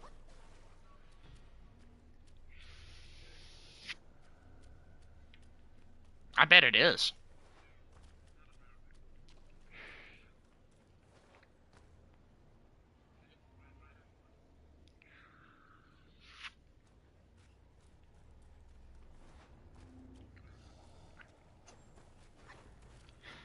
Well, see, it's weird because she's like in between. She will deal with the repercussions of her actions, but,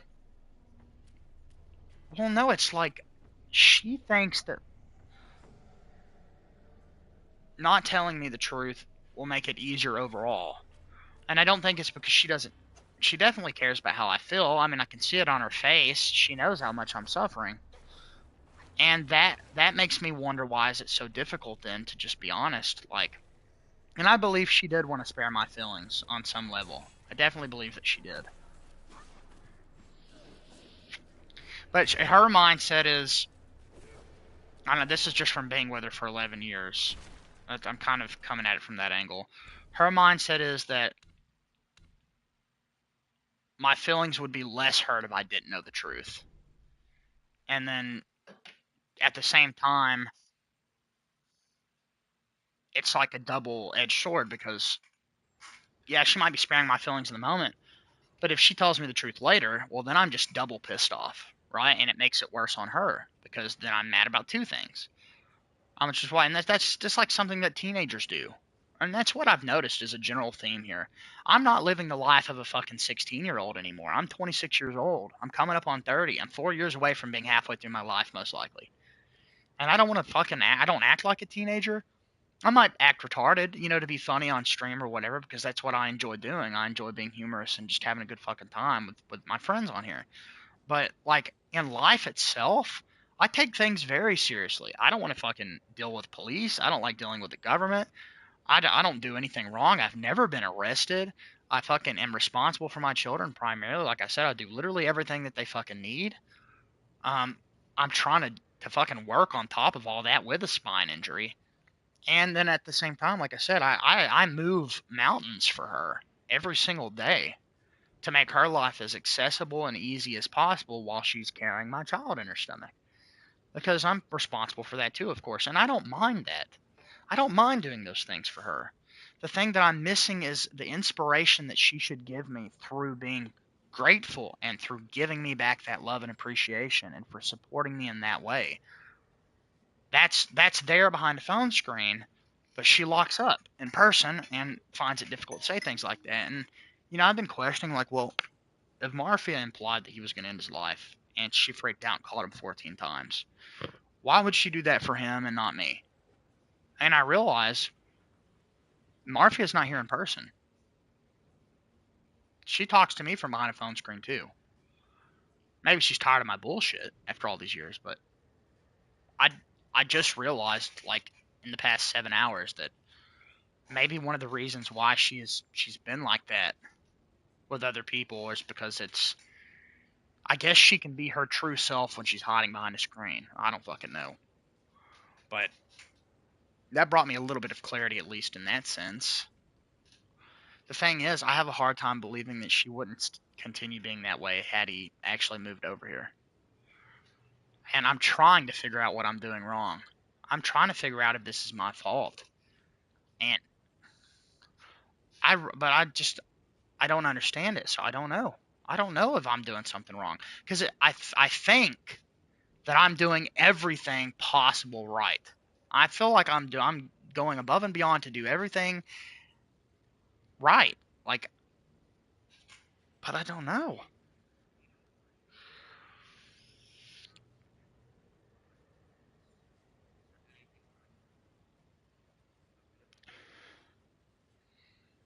Yeah, everything, every possible thing.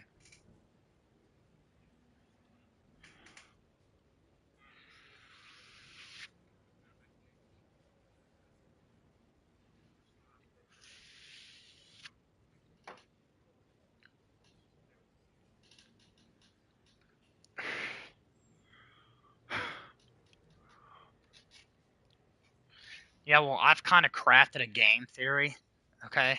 Not to be fucking cringe, but I've thought, what if the problem. I still think I'm doing everything right, okay? I think I've been super accepting, very forgiving, very willing to put this behind me.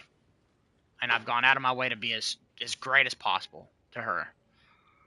What if the problem is that I'm just too honest about how I feel and that locks her up even more?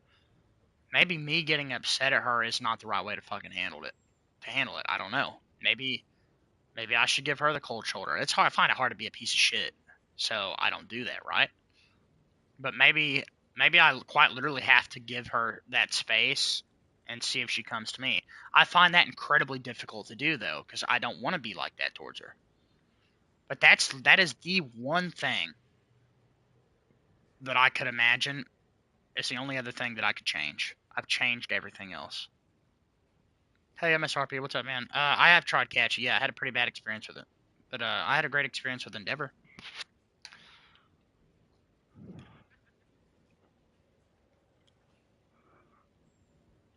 So maybe I don't know, man. Maybe I feel bad making her feel bad though, you know. And I know it makes her feel bad when I do that to her. So it's just a lose lose either way. Like, yeah, I could stoop to her level and act that way, but the thing is, I don't think that this is totally intentional on her part. I think she quite literally doesn't know how to face things like that in person.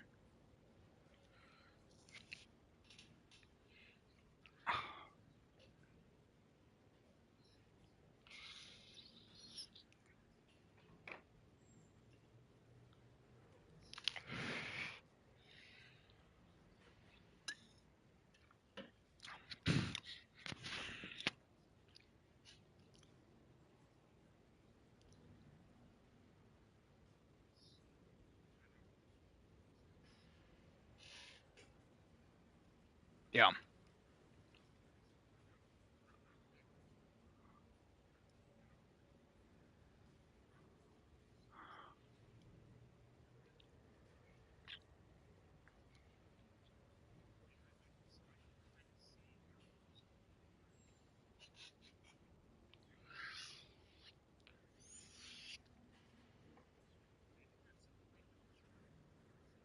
I've been doing it. I've been doing it. Yes, I was so upset the other day that I was like, I will only communicate to you through the phone from this point forward. And let's just put it that way, this way. Um, okay, I'm totally willing. Okay, well, let me respond to Anatux real quick. No, in America, Anatux, women love confrontation. I've met very few women that avoid it. Tons of women fucking love to be like that. I know tons of them in my real life, unfortunately. My wife loves to, instigate drama and be part of that too. But when it comes to like actually expressing feelings, that's where she struggles. Like I said, I can admit the fact that now that I've thought about it, I've been through all this shit. I'm like, I notice, and this has just always pissed me off because I'm like, I'm right here, but I never really thought about it. But I think that she's always done that. She's always been honest and apologetic through the screen. The thing is, I want to see it. Like I want her to say it to my face. And this goes back to I don't know if there's anything else I could do. I'm starting to think if I knew with 110% certainty that my wife loved me unconditionally and she was willing to put our past behind us too and that she was willing to build this life with me and I wasn't second guessing that, then I would have no issue accepting that that is how she is and compensating by changing my behaviors. But I've got that cloud hanging over my head and I don't know. I question it every day. I thought it was interesting the other night when she was talking in her sleep and I straight up asked her, I was like, do you love Marfia? And she said no. Her subconscious responded. And then I said, what did you say? And she said, no, I love you. And that eased it a little bit because I'm like, well, she wasn't actively thinking about that answer. Her brain took full control. Sort of like being in a state of hypnosis. You can get people's true feelings out. And that was nice. Maybe that's just how it is. I don't know. I don't know if, like, am I just supposed to be okay with that? I don't know how to be okay with that, I guess. Because, like I said, I'm constantly second guessing how she feels. That's like the primary thing that makes me miserable is, man, I'm afraid that I've done all this and that I'm going to continue to build this life and that I'm afraid I'm going to get burned again. And I don't know if I could survive it again. Not just because of how terrible it is towards me, but because at that point I would be losing even like so much more. Like at that point, a divorce would be more than just we're separated, we split our. No, it would be I could lose my fucking house, I could lose my cars, I could lose things that I fucking spent tons of time and effort in working for, things like that. And I think that would honestly just fucking kill me. I think it would probably just destroy me. I don't know how I could deal with not only losing my wife and splitting up my family, but then losing everything that I busted my ass for. So I kind of came into this entire plan under the assumption that it was to build this life because everything is going to be okay. I kind of thought that once I got there, and this is why I'm not giving up on it now. I've accepted the fact that if something doesn't change and I do all of this and I continue to, at that point I really do think I need to take a step back and seriously question whether this is a relationship that I should be in or not. If I get to that point and nothing is different, she's still acting this way, then I'll reevaluate. So I'm giving myself a year, which is I think a perfectly comfortable zone of time where by then hopefully we will not be renting here anymore. We'll have that separation. We'll be living just a totally normal American dream, fucking on our own, suffering, unable to afford food because fucking making no money, whatever. But the life that once you live that kind of life, you start to appreciate the little things more. And I'm thinking, and I've lived that life my whole life. I lived in poverty. I never had anything growing up. Like I was super poor. I always wore hand-me-down clothes from like my cousins and stuff. I didn't even have a phone until I was 15. I didn't have internet access until I was like 16.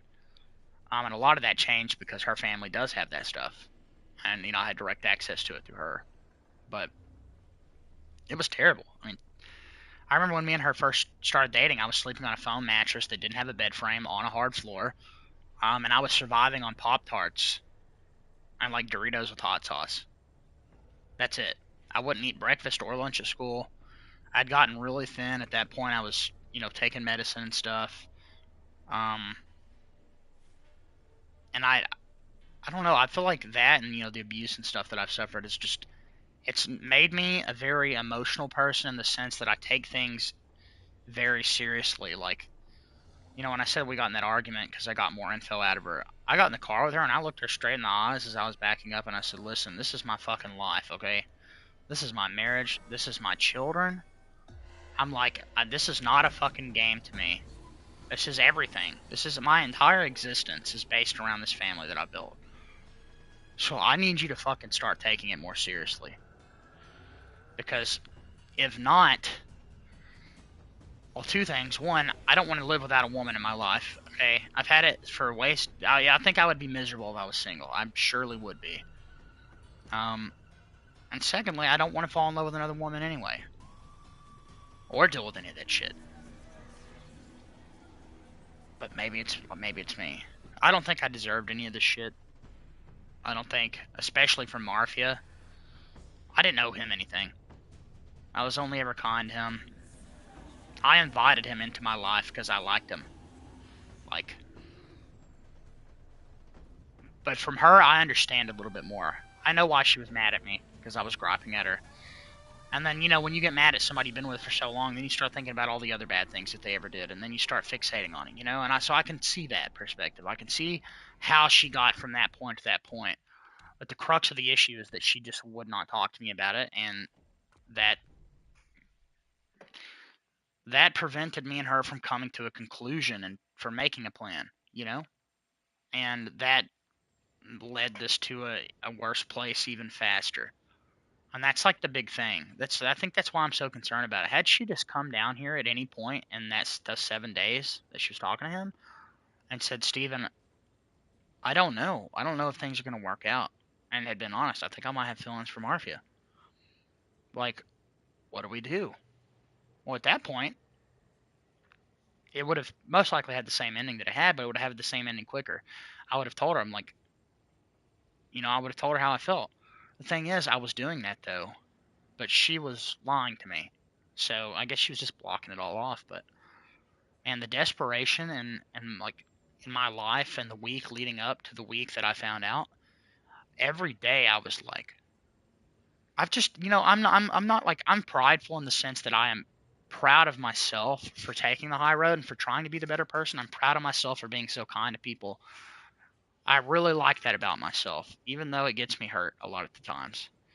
But I'm not the type of person that I don't think I'm better than anybody else.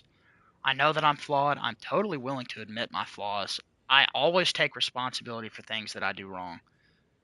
Because to me, it's just black and white. Wrong equals do right after the fact. Whether that's apologizing or you put in the hard work to make up for it. And I think that maybe that's a coping mechanism on her part. Maybe she knows that letting me in like that would have changed her mind. And maybe she didn't want her mind changed at that point because her hormones were so fucking out of whack. She was going crazy, sicko mode. But it's just a bunch of unanswered questions because I really don't know. I don't think I ever will. Just how it is.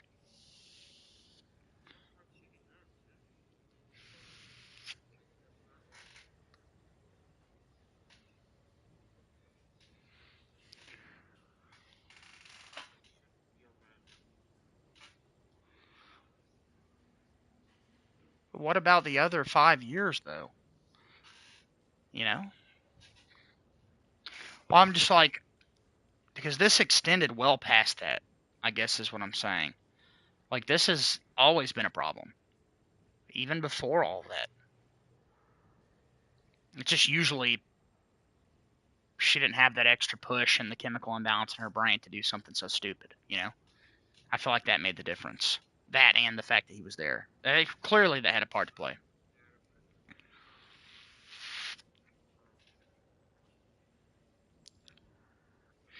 Okay, here's what I know in hindsight. Hey, Guitar Jams, I see you, man. I went back and read my conversations with her leading up to this. We had a really bad argument on the 6th of June. That is the day they started talking. That's the day he lied to her and said that I said I didn't want to be with her. Okay, and from the 6th to the 12th, they were talking behind my back, acting like everything was normal. I was in video calls with them every day, playing games with them, talking to them every single day. They were both lying straight to my face. That's one of the things I'm so embarrassed about. And then I found out on the 12th, confronted her about it on the 13th. I was literally minutes away from leaving with 3 of my kids and getting a divorce from her. And it wasn't until the very last second that she wrapped her arms around me and she stopped me, and I guess she came to the realization that, holy shit, what the fuck am I doing? This is retarded.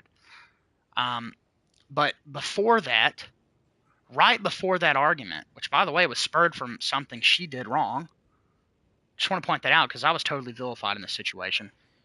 When she was at work, she messaged me. It's like, "Do you want to spend time together tonight? Let's lay down and watch a movie. Let's go on vacation soon. Let's go stay at a hotel for a weekend with a swimming pool." And she literally said, "I want to make our relationship better," and I agreed to all of that. And then she came home, didn't spend time with me. I told her, I was like, "Look, if you go upstairs knowing how I feel about this sort of thing, I'm going to get upset at you."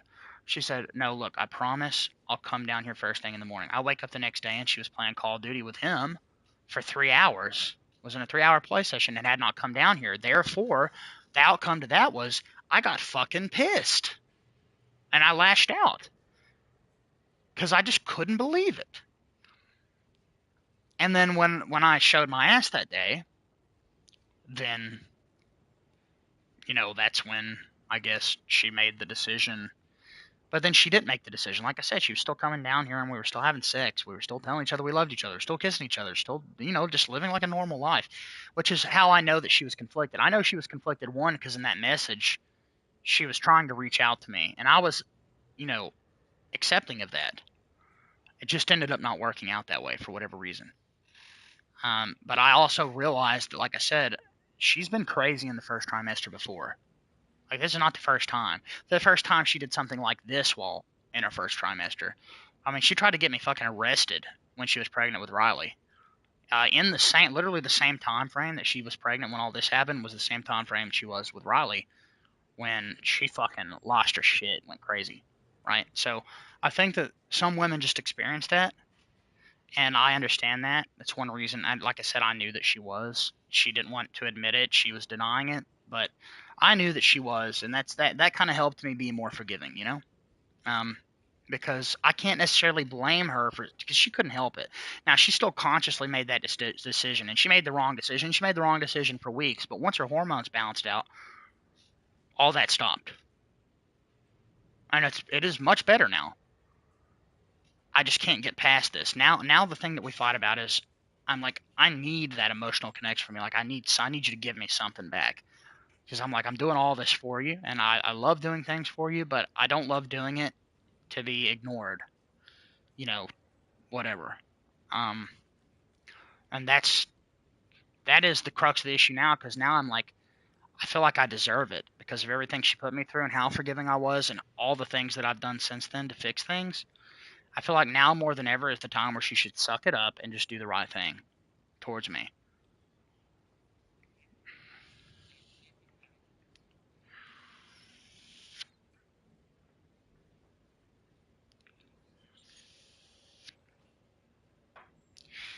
Well, you made an interesting point because when we were at work earlier before we got fucking shit canned, I had been upset about it, you know. I was talking to her about it, like always. I just talk to her normally. I don't always just jump straight to being mad, like I don't know why you're doing this to me, blah blah blah blah blah. But I told her, I was like, you know what? I think our fuck ups were a good thing because I said it made me realize more than ever just how much you mean to me.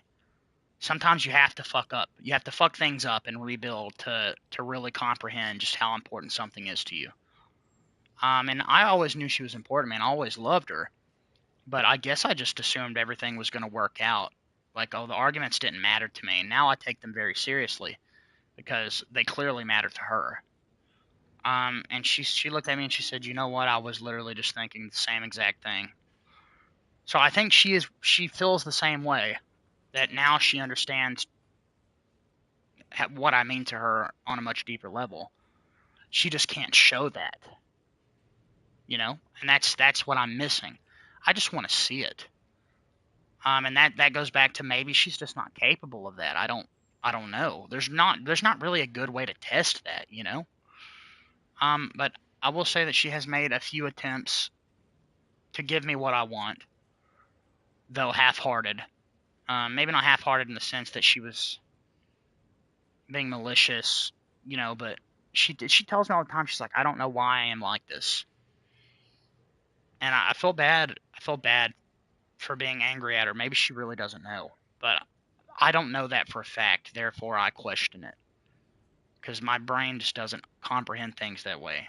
Like, I know why I do everything that I do, and I feel like most people, like, you might make a mistake in the moment, but after the fact, you can reflect on it and you can summarize what led to that point and understand why it happened. But like, a lot of what happened, she says she doesn't remember a lot of it. She says that she just wasn't thinking. Like, it just didn't exist in her head. The hormones definitely had something to do with that, but clearly that's a problem outside of that because she still struggles with that in some way, shape, or form. And I honestly think maybe it has something to do with the fact that her family has treated her like she's a fucking idiot her whole life. They've always treated her like she's just stupid. I feel like they really crushed her self-esteem in a lot of ways. Um, but I've only ever tried to build her up. But, in the same way that maybe that she is like that because of that, I am who I am now because of the shit that I went through in my childhood and all the terrible things that I experienced in my life. It's interesting to see the dynamic there. She had money growing up. She lived in houses. She had everything she ever wanted. She had a big, full family. And I was the opposite of that. My sister was fucking insane. She burned down an apartment complex. My brother was in and out of prison. My dad went to jail for a year for beating the shit out of me. I lost everything, had to switch schools, went through all this terrible stuff. And then you fast forward, and I'm like this incredibly accepting person that's always willing to bridge that connection to try to fix things. And she's like the opposite. She's very sheltered in that way. And it's just a very interesting dynamic to think that, like, because you would assume the person that had the shitty life would be shitty, right? And I know people out there that had shitty lives that turned out to be real shitty people. People that gave in to whatever the pain they were feeling and they became part of it. I'm just not that person. And I don't know what it is on her part that is like that, but we have so much in common now. Here's the interesting thing about me and my wife. We didn't have anything in common when we met, like, at all. We liked each other. That was about it. I thought she was pretty. I liked the way she walked. Her sister was trying to fuck me, and I found her repulsive and didn't want anything to do with her.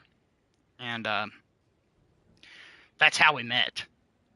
She walked up to me in gym and said, "Hey, my sister thinks you're like the prettiest boy in the whole school," or something like that. And I remember sitting by her on the bus, and I'd like showing her my music and stuff because I'm just nice to everybody. I wasn't physically attracted. I didn't want to have anything to do with her in that way. But I was like, oh, she could be my friend. And she like fell head over heels for me in over one instance. And her going home and telling Kristen about it is what got Kristen to talk to me in the first place. And then us being together in gym, our friendship grew. And then, she started doing weird shit like punching me. Like, well, okay. Hold on. Let me reframe that. Okay. People that have crushes tend to act that way sometimes, okay? They'll fucking chastise you. They'll call you names, punch you. She threw a basketball at my head from the second story of the gym and almost knocked me the fuck out. Because that's just how she reacted. And she was mean. She would say, "Oh, you're fat. You're this. You're that." Even though at that point I was the thinnest I'd ever been in my life. And I realize now that she liked me, but she couldn't just say that, right? And so girls tend to like focus on those things. You know what I mean? And that's just how it was. But she like, we went on fall break. She tied. They had like confetti in the gym. They had like an assembly, and she was picking it up off the ground, tying it around my wrist. Like, we were really close for people that only known each other for like a month and a half. It happened really quickly. And then at that point, I realized that I had some sort of feelings for her, and I just flat out told her because I'm a retard. I can't keep my mouth shut. And here we are, fucking, 11 years later. Or almost 12 years. I was 14 when that happened. I'm fucking 26 now. 5 kids, one on the way. Like, to think that it started off so simple, nothing in common, but over the years, the things that she likes has grown on me to such an extent that when I was 14, I hated country music. I hated rap. I hated anything that was not like 90s alternative rock or grunge. Bands like Seether, stuff like Eddie Van Halen, or I really appreciated Led Zeppelin, or yeah, like I could, because at that point I was learning the guitar and getting really good at it really quickly. My dad was teaching me, and I was fascinated with the solo from Ice Cream Man. Fucking amazing solo. And like Seether and Third Eye Blind and Deftones, and like I was in a specific mindset that to me that was the only music that mattered, and everything else was shallow in comparison. And I kid you not, since being with her, I own like 10 country albums now, and I listen to some of them in the car. That is not me. Being with her opened me up to listening to all sorts of music. I started listening to rap. I started realizing that, maybe music doesn't all have to sound the same. I fucking Post Malone. Me and her both always liked Post Malone. For the first time we heard Congratulations and White Iverson. He's like my favorite artist of all time now, or he was, until he fucked up his relationship with the mother of his child. Maybe I just feel that way because of what I've gone through recently, but it's like she's rubbed off on me to such an extent that I like country music now, and I like all this other stuff. And she got me out of my skin a little bit. I'm not afraid to go drive my car anymore. I used to be terrified to go out and be around people. I used to be terrified to go to the jump park and to fucking jump around like a dumbass on the fucking balloons. I used to be afraid to go to the park. I used to be afraid of so many things because of my anxiety. And I've totally changed in that way. I'm less angry than I used to be. Back when I was a teenager, I was a fucking asshole. I mean, I was nice to people, but if you were in my life, I kind of had these same clashes. The difference is that now I'm accepting of what I've done wrong basically immediately, and I understand, and I just know why it's happening. It's just a me problem. Back then, I wasn't like that. Like, first few years of our relationship was amazing, and then we were fucking vitriolic as shit against each other for like a year or two. I mean, me and Kristen would say terrible things to each other when we're like 17, 18. Because at that point, we had 2 kids, we realized, well, we might have fucked ourselves being trapped in this relationship. And we were super vitriolic. Like, we would cuss at each other, call each other names. It was terrible. And then 2019 rolls around. I'm a retard. I buy this nootropic off the internet thinking that it's going to change my life and make me feel better about depression. And then what does it do? It turns me into a monster. I make a terrible mistake. I come back from that, and ever since then, I'm just a totally different person. Now our relationship isn't vitriolic, but I have a difficult time accepting when she doesn't follow through on a promise, for instance, which is largely the biggest thing we argue about. She says she'll do something, and then it doesn't happen for like a week, and then I'm mad about it for a week, you know? And then she's mad at me for being mad about it. So I see the evolution there, but it's just interesting because the day that I found out she was talking to him like that, she was in the car. Everything seemed to be fine, and then she just fucking turned on me in the car, like super mean. And one of my songs on the YouTube music playlist came on, and she's like made jokes. I don't like this music. I hate this song or whatever. She, in like the most vitriolic tone of voice, said, "I fucking hate this music. Why is this in my playlist?" And she knew that it was music that I liked. She knew it's music that I've listened to with her in the car a billion times. She knew that it was there because of me. And the special thing about our YouTube music playlist is that it's both of us in one music playlist. It is things that we both like, so that when we're door dashing or we're driving around, me and her can both hear songs that we like. And that's important to us because it gives us both, it's kind of like a compromise. Well, like, yeah, we listen to your songs, we listen to some of my songs. Sometimes I get 2 songs in a row and then you get 1, or sometimes I get 5 songs and then you get 3, And I like that.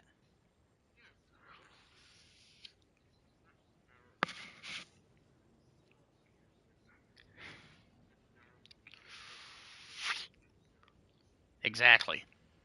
And you can see how her saying, I fucking hate this music and skipping it and getting mad about it is uncharacteristic of her. Because whether you like what the other person's listening to or not, you put up with it and you shut your fucking mouth because you love that person.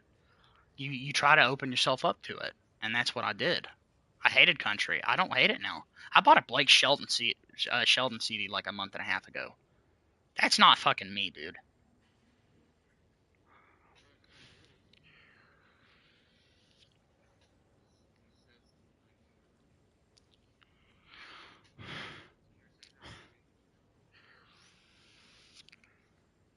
Yeah.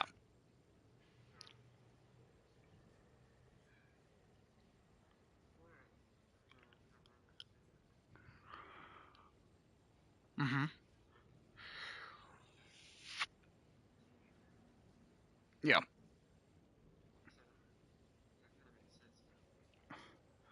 Yeah. Well, see, and I know that in my mind. So I maybe I could have clarified that. I probably should have, but I didn't think about it. But no, I know how she acted as a teenager, and I see it come through all the time. Just with responsibility, largely. Like, we already have a dog. We don't need another dog. She sees a cute puppy online. She has to have it. She brings it in the house, even though everybody says we don't need another dog here. And she adds extra responsibility to my plate. And then we fight about it because I end up taking care of them and taking care of all the kids. You can see how that would lead to me being frustrated all the fucking time. But I would confront her about it.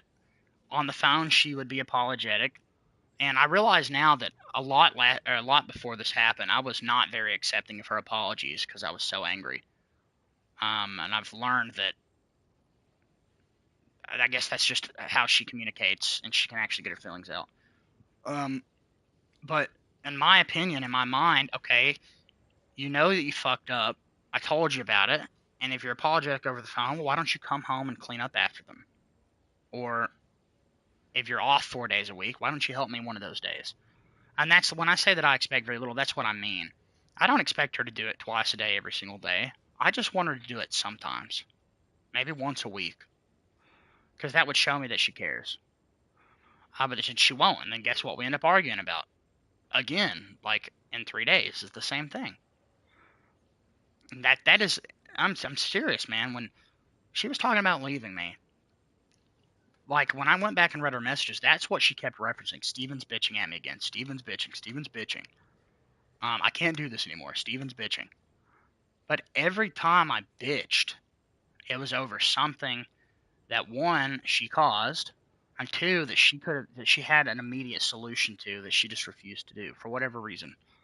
Um, and I've explained that to her. I was like, you wanted to leave me because I was griping at you, but I was griping at you for a reasonable thing.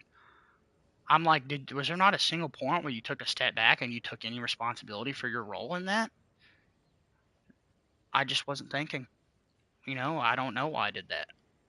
It's like it doesn't compute for whatever reason. And it's not really like that right now. She knows she fucked up. She feels bad about it. And for the first few weeks, she would act pretty shitty towards me when I would get upset about it. She wouldn't take any responsibility for it. But the second that she snapped back to her normal self and things started normalizing with her hormones or whatever, and she saw how much it was killing me inside, that's when she's like, oh man, this might not seem like a big deal to me, but it's a big deal to him. Because to her, it was just words over the internet.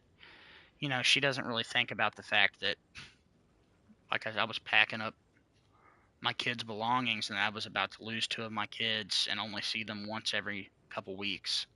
Or the fact that, the conditions that we were going to live in until I got a job and was able to fix it. Like, or how embarrassing it is that I sat there and talked to them every day while it was happening. Or the fact that after 8 months of trying to get my best friend to talk to this guy, Marvia, him doing that behind my back, pretending like everything was normal, while simultaneously ignoring me, joins and talks to my best friend of like almost 10 years I've known him. And my friendship with him is extremely sacred to me and very important. That is just disgusting to me. To be doing that to me behind my back, and then to come in there and meet this guy that I herald so highly in my life because he's always there for me. Sam is great. And I don't know. So that's like the shit that's on my mind all the time. I'm like, it's, you know, the act of saying I love you to somebody else and to being mad at me or whatever is one thing. I can let go of that, but I don't understand the layers. I don't understand why be in the call with him and me at the same time doing this behind my back. Why would he talk to my friend? Why would he do this to me at all? Because I'm not forgiving towards. I mean, I forgive him, but I'm not like he was the one person in the situation that had no excuse whatsoever. He just chose the wrong option for whatever fucking reason because of a crush. I don't know why lied to me after the fact. Like it's everything else that I just don't get because it could have been over. And I guess part of me thought that the day that she kept me here, I really thought that it was over. I really did. And then it wasn't. It wasn't over for weeks. And you can see how like living in like I said, I would wake up if she wasn't in bed. I would jump out of bed immediately from sleep. She's not there. I gotta find her. And I almost fucking busted my skull open on the concrete basement floor. And that happened to me for weeks because I wake up, she's up there talking to him, or she's trying to leave me again, whatever. I'm freaking out about it. I mean, that's a little bit better now, but it's just I don't know. It's not easy for me to move past stuff like that because that was a very terrifying experience. I mean, it's like when I had cops fucking try to kill me twice in my life when I was totally innocent victim. First time because my dad swerved in oncoming traffic, almost hit a police officer head on because he was drunk. Cop walked right up to the door. I'm in the passenger seat, put a gun up to my head, and told me that if either of us moved, he would shoot us both in the head. So now I'm kind of afraid of cops. And then it happens again. I'm walking to the gas station after working for 12 fucking hours just to go get me like some full throttles. And some kid in my apartment complex had just assaulted his mother. Oh, I don't know. He's like a foot shorter than me. He was much thinner than me. He was much younger than me. He was wearing different clothes than me. You know, and they had all this information, the description.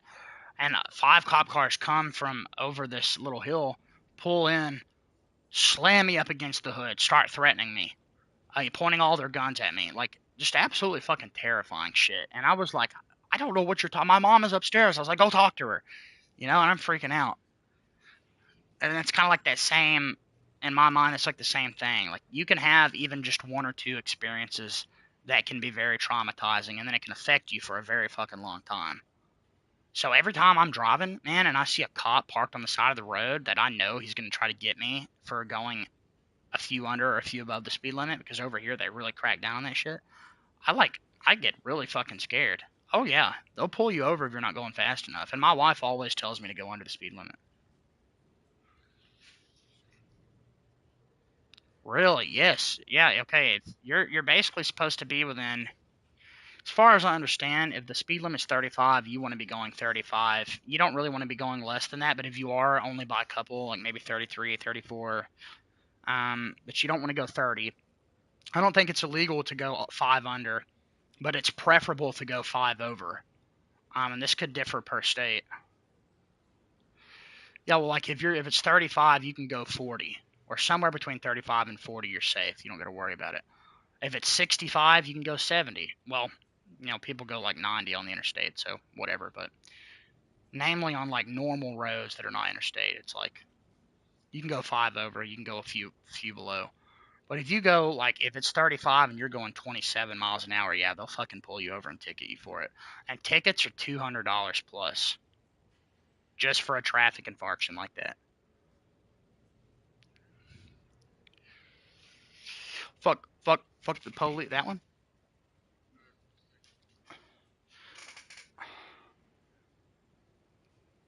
I saw him say he said something about me being introspective, which I appreciated, but I didn't see the entire thing. You're reasonable, introspective, and try to see her point of view and her wrongdoing.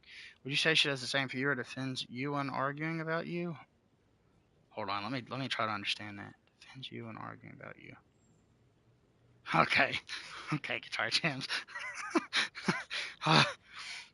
Okay.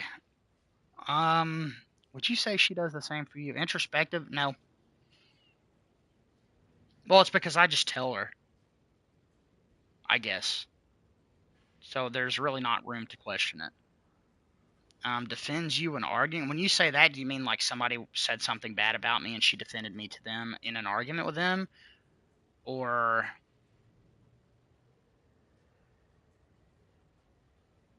is that what you mean?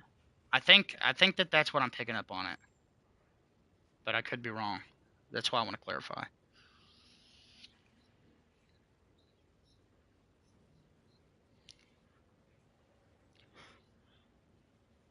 She has to her mom. I usually have to tell her to, though. Get mad about it, and I'm like, I would fucking literally die for you. I'd really appreciate it if you'd stand up for me. And usually she does. It's like she'll say like one or two things about it, but that's because she locks up and doesn't know what to say. When when you're coming at her, well, I come at her all the time, but when I come at her from like a verbal perspective, and when her mom does that, or if anybody like raises their voice towards her or they get stern, every thought in her head goes out the window, and she doesn't know what to do. Which is one reason why when I argue now, I try to be as peaceful and respectful as possible, because that definitely has something to do with it. I guess she just feels cornered and totally fine. But she'll lock up even if you're not raising your voice or even if you're not really pissed. But that definitely makes it a lot worse. So in a situation like that, I don't think she would know what to say. Like, for instance, when this happened, and I've said this on stream, her friend that she worked with at the factory, she told her that I was going to go stay with my mom, that she was going to go stay with her dad, and she's like, "Don't tell me." And Kristen's like, "I'll be okay." She goes, "No, did he put his hands on you?" The first thing that she assumed, the only thing that she assumed Kristen could want to divorce me over, is that I'm an abusive piece of shit. And keep in mind, she was mad at me still and didn't want to be with me anymore. But in that moment, she said that that is not something that I did. She said, "No, he did not put his hands on me." I will give her respect for that. She did the right thing in that moment, because her being that mad at me, she could have just as easily pulled something out of her ass and fucking lied about it if she wanted to, but she didn't. So I think in that way she would defend me. If somebody was spreading lies about me, she would say, "No, he doesn't do that."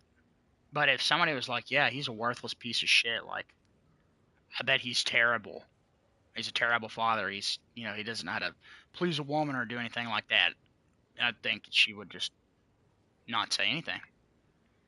But I don't think that that's her being, like I said, mean towards me necessarily. I just don't think she knows what to do. Like, you wouldn't believe the amount of times where her mom would start an argument with her, and I would coach her on what to say to end the argument, because I am so much better at that.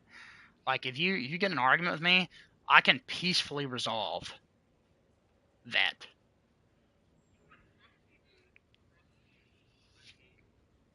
Oh, whoa, whoa, whoa, buddy, listen. We've had so many great conversations. We've been very open to each other, told each other life stories, and I've never ever spoken to you this way. So I'd really appreciate it if perhaps you could show me some of that same respect, because I've literally done nothing wrong. See, that's what I'm talking about. It's so easy. It's so easy to shut people up if you just take the fucking high road. Like, you just, the thing is, people argue from a perspective of not thinking straight. I notice, like, a lot of people just say things in an argument, try to be hurtful, whatever. But when you hit them with mad facts that they literally can't argue with, then they can't do anything. I've noticed that that's just how it is. And I think that that is so fucking hilarious, because our mom usually does that, and I'll argue back with facts, and she might still try to justify what she was thinking or whatever, but oftentimes that ends it. Like, for instance, you guys are starting a new job. You don't have to pay me rent for a couple weeks. And then a week before rent is due, y'all don't ever contribute to the house. You're making us pay the rent alone. And I'm like, "But Tammy, you told us we didn't have to. Because we're switching a new job and we literally don't have the capacity to do that at this very moment." And usually that just shuts her right up. It's over. And the thing about my mother-in-law is that I love her. I really do. She has done a lot of great things for me and for my family. I guess I don't understand the perspective of like attacking me when she's in an argument with her. Like, I just don't get that. I don't feel like I necessarily deserve that.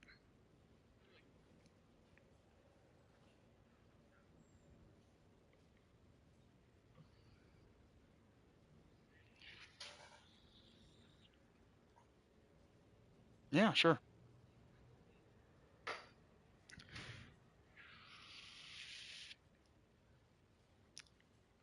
Well, see, well, Sam earlier literally said she will always take Kristen's side because it's her daughter. I don't believe that. I would not live my life like that. If my daughter was 26 and she did something stupid and her husband was rightfully mad about it, I would say, Peggy, you need to fucking open your eyes and see that you're wrong. I would not side with her just because I created her, right? So I don't really get that. I know people do it.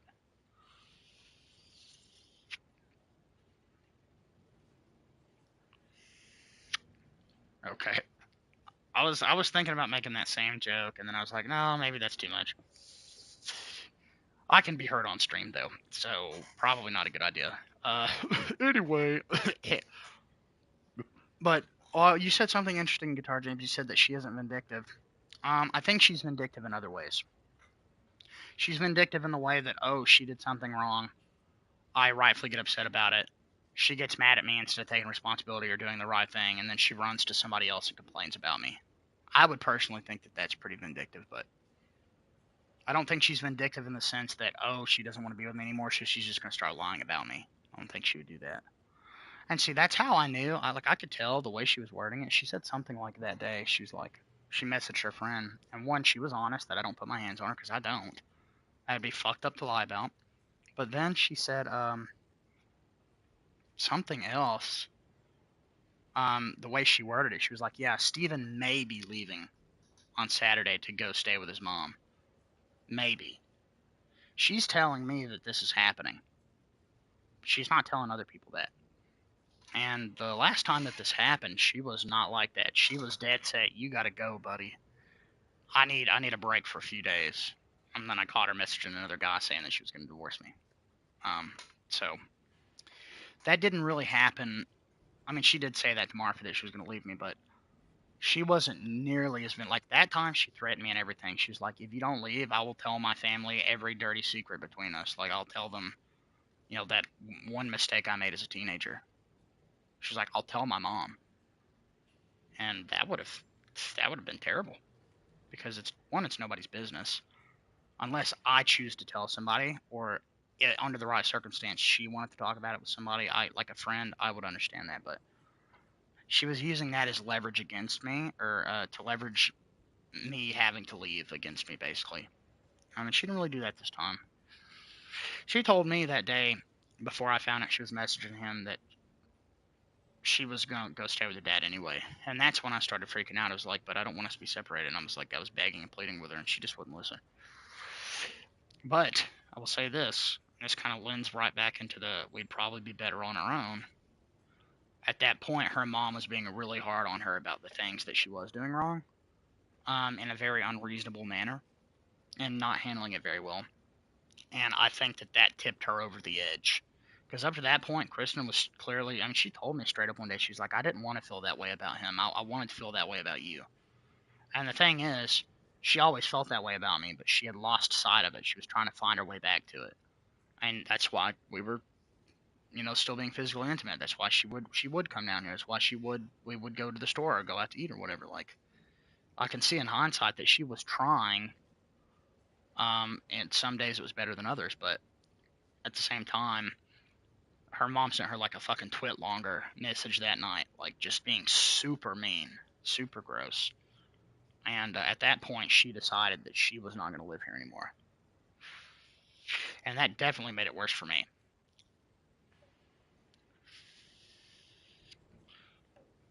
Oh, you better send pictures of it. Okay, Guitar Jams, give me a second. Period. Okay. It depends, but often, even if you spit facts and clearly in the right, some people can have no shame to argue that. Oh, yeah, no, absolutely. At least they can be quiet and know to not be that. Well, the thing is, you're definitely right. I've never really experienced that in my personal life, though. generally speaking, I can dismantle an argument by just being correct. You know, when you're arguing from the perspective of emotion, and I'm not, I'm arguing from the perspective of this is just what right is, what the right thing is, and what the wrong thing is. Um, at least when we get into it with her, that usually resolves it. It might be like an hour or 2 hour long conversation. It used to be all the time, but with Kristen, I'll be spitting mad facts and she'll lock up on me. But I will say, like I said, she has apologized to me. I can tell she feels bad about it. I know she doesn't feel good. I really wish I could understand, man. I'm just having trouble coping with not understanding. And like, if it could happen 3 times, it could happen again. She's saying the same thing she said to me the other 3 times. I promise it'll never happen again.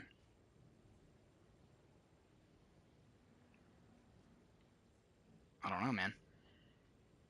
All I know is I want to do the right fucking thing. And I'm trying. I'm getting really fucked at this job, though, so far. It's killing me financially. It really is.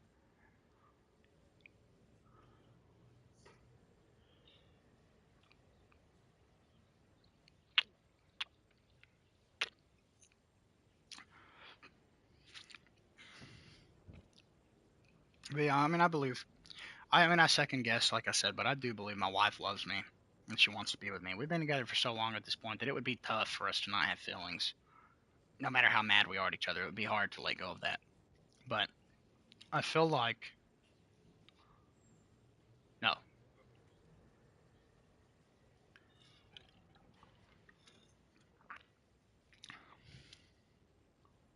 Well, I feel like she's regressed in some ways, but she definitely improved in other ways. Um, the thing is, I feel responsible for all of it. I mean, no, I mean, to be fair, yeah, I was a teenager. Yeah, I was fucked up out of my mind. But I did something that's almost irreparable. It took guts for her to want to stay with me after that. And I can just see it in her eyes sometimes. I know she's thinking about it. And I feel like that is ultimately the biggest thing hanging over our heads at any point. And I feel terrible. But I also look at it from a factual standpoint. Yeah, I did that. But she didn't have to ask me about it. I manned up. I told her the truth. I took full responsibility for it. I told her, I was like, if you don't want to be with me anymore, I understand. I will support whatever decision you make, but this is what I want. I just made a mistake. And I feel like her deciding in that moment to stay with me is that commitment should be taken seriously. Because to me, commitments mean a lot. And I've kept my side. I have not done anything. I didn't do anything like that with just one person. I'd only ever talked to one person. That's it. And it was before I really grew up. Like I said, I was still a dumbass teenager. I just didn't understand back then. I didn't understand what life was all about. I didn't appreciate it like I do now. And like I said, me and her both were thinking, yeah, I mean, maybe it's a good thing that we made mistakes because we understand now. It kind of got us past that. Because nothing's perfect. It's going to happen. And it can happen in literally any fucking relationship. But I feel terrible. And I know that is on her mind in some way, shape, or form often. I think she goes really long stretches without thinking about it. But when it is on her mind and then we get in a fight, that's when it can be a recipe for disaster.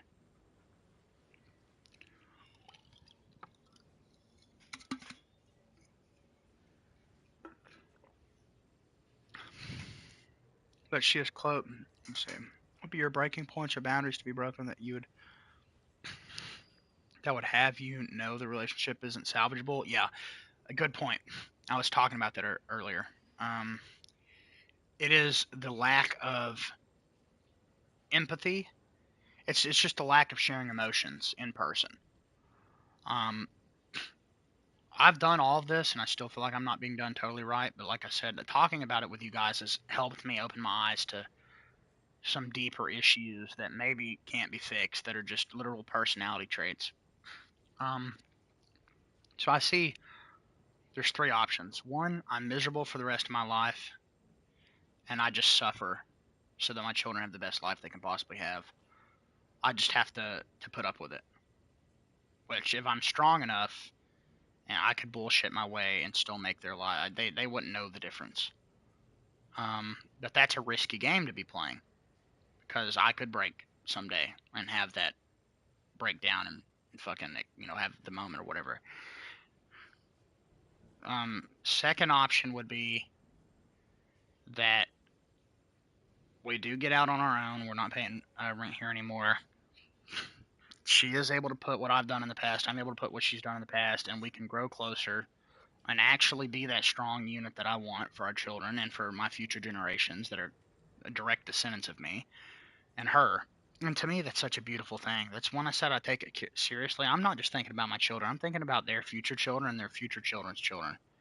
Like, I'm thinking of the fact that my last name would have died with me and my brother and my sister had I not had children. My brother didn't name his son our last name. So, it's me. It's all me. And I take great pride in that because my last name has been sullied so much by my retarded dad.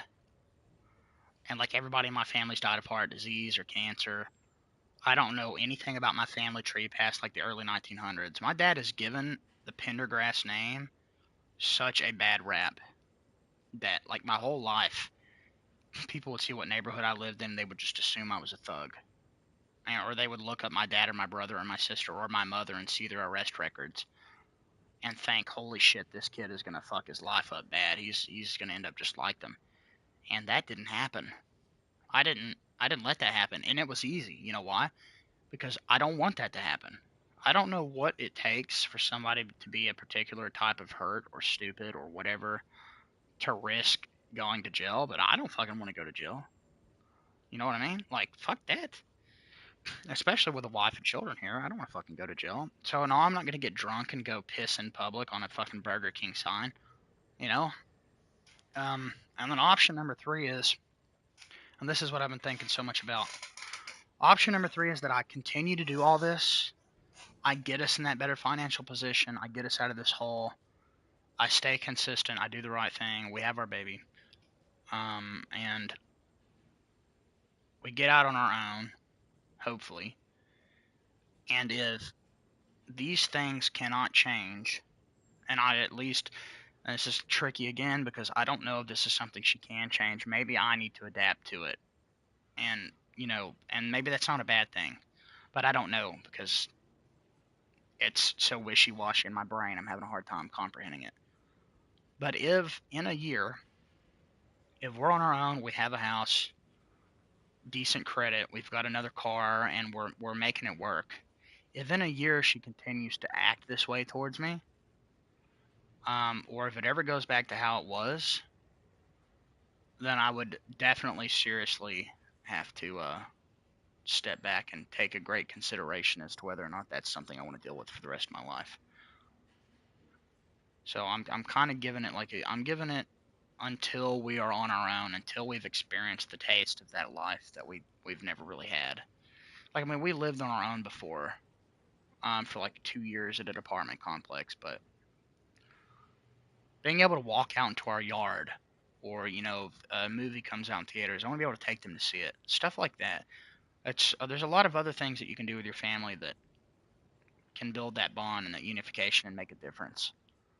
And we do things like that sometimes, go see movies or whatever, or, we go out to eat, but until we sleep in a bed in a house that is under our name and our children, and it's just like a normal all-American life, and if we wake up every day and we go and we live our lives and everything is hunky-dory, and that helps her propel herself to the point where she is capable of doing some of this, or at least she remains apologetic and, sensible about what she's done, then I don't think even if I had to compensate and change my problem with her not necessarily saying it, then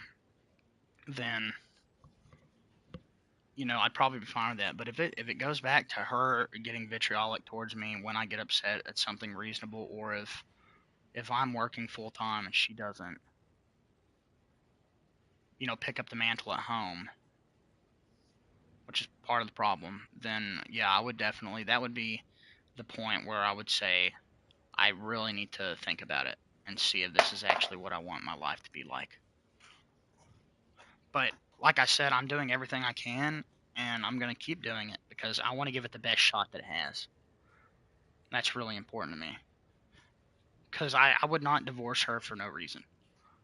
I love her way too much for that. I'm not stupid. You know, like I said, it's not a game to me. Or option number 4, if she ever pulls this stunt on me ever again, I will eject her from my life. Because I just don't deserve it. But no, yeah, that's a good. See, I didn't even think about it. Yeah, removing the most stressful variable, which is finances, and living here, then that I'm hoping that that will blossom us into something even stronger. And if that doesn't happen, then you know, I still probably wouldn't just straight up leave. You know, I would fight for it, but there will come a point if it doesn't change where I will eventually not be able to take it anymore. And right now I'm headstrong, but I know that everybody has their limits.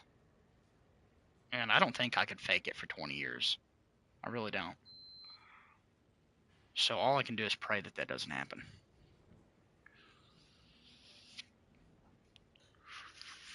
That's exactly what I was thinking of when I said that. I was thinking of your dad, yeah. I was like, I don't want to fall into that. Because when you told me that, I genuinely felt bad for the man.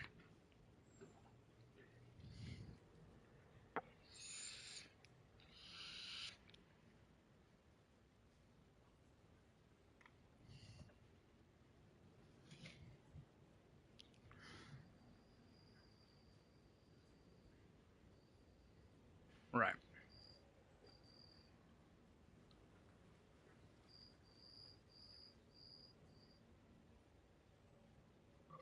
Yeah.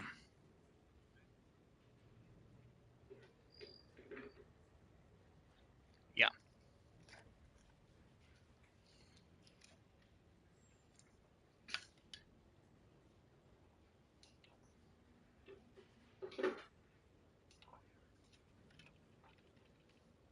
Hmm.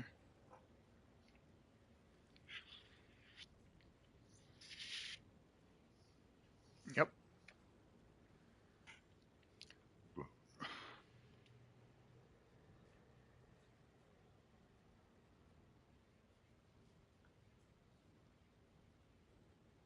Yeah.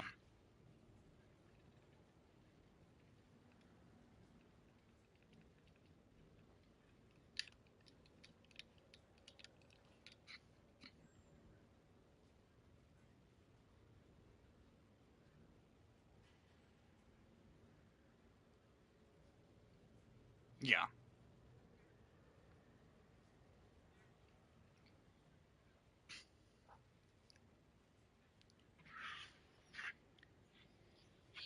I don't.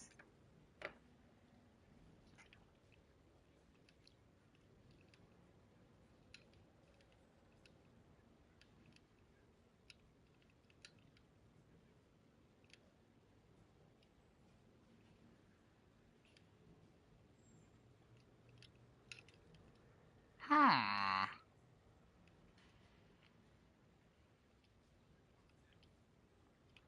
Sounds really familiar. Yeah. Doesn't it? Just you're basically just saying what I'm saying, but something worse than simply not sharing feelings. But like that concept of it happening so much is exactly what I have the problem with. Because like,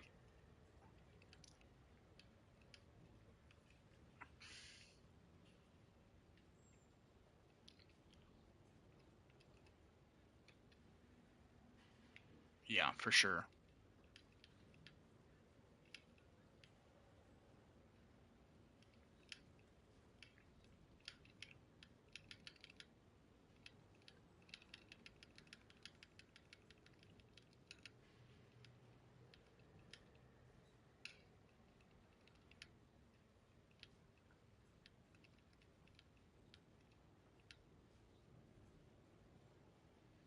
Well, see, that's why I'm giving myself. That's why I like when I say I really want to give it the best shot possible. That's why I'm doing all this. That's why I'm gonna give it time. Like, because I already accepted that it could be a long process. But even just seeing her try would prove to me that it's worth fighting for, even if it took 5 years of her trying to get it perfect. Maybe she never gets it perfect. I don't expect it to be perfect. I just want her to try. Honestly, maybe something that would being counseled would help. I don't know. Maybe talking to somebody that could help her cope with those feelings, that could help her understand how to handle them better. That could be a thing, but I don't know. She's like anti-counseling. Good man, get that closure. You don't want to look back or have no doubt of your love. Yeah, like I said, I've closed my heart off to the possibility of being with anybody else. The only circumstance in which I would do that is if me and her ever separated. I would want to find another woman. Um, but simultaneously, I would be fucking terrified it would go the same way. I feel like I would definitely carry that baggage with me. And even if my wife did like the worst possible shit to me, which she already done some pretty bad stuff, but I still think I'd probably be in love with her for the rest of my life. And I always told her, and I felt this way our entire relationship, if we ever got divorced or anything happened or, mistakes, it doesn't matter. I feel like we would find our ways back to each other at some point. Because it's just like one of those connections that's very difficult to break. Yeah, she's bad at showing it, but I am literally the guy that took her virginity. I am the father of all of her kids. Like, and you see this all the time with people that get divorced, they get new relationships, and they still have something to do with their ex in a way that maybe they shouldn't, to be faithful to this new person.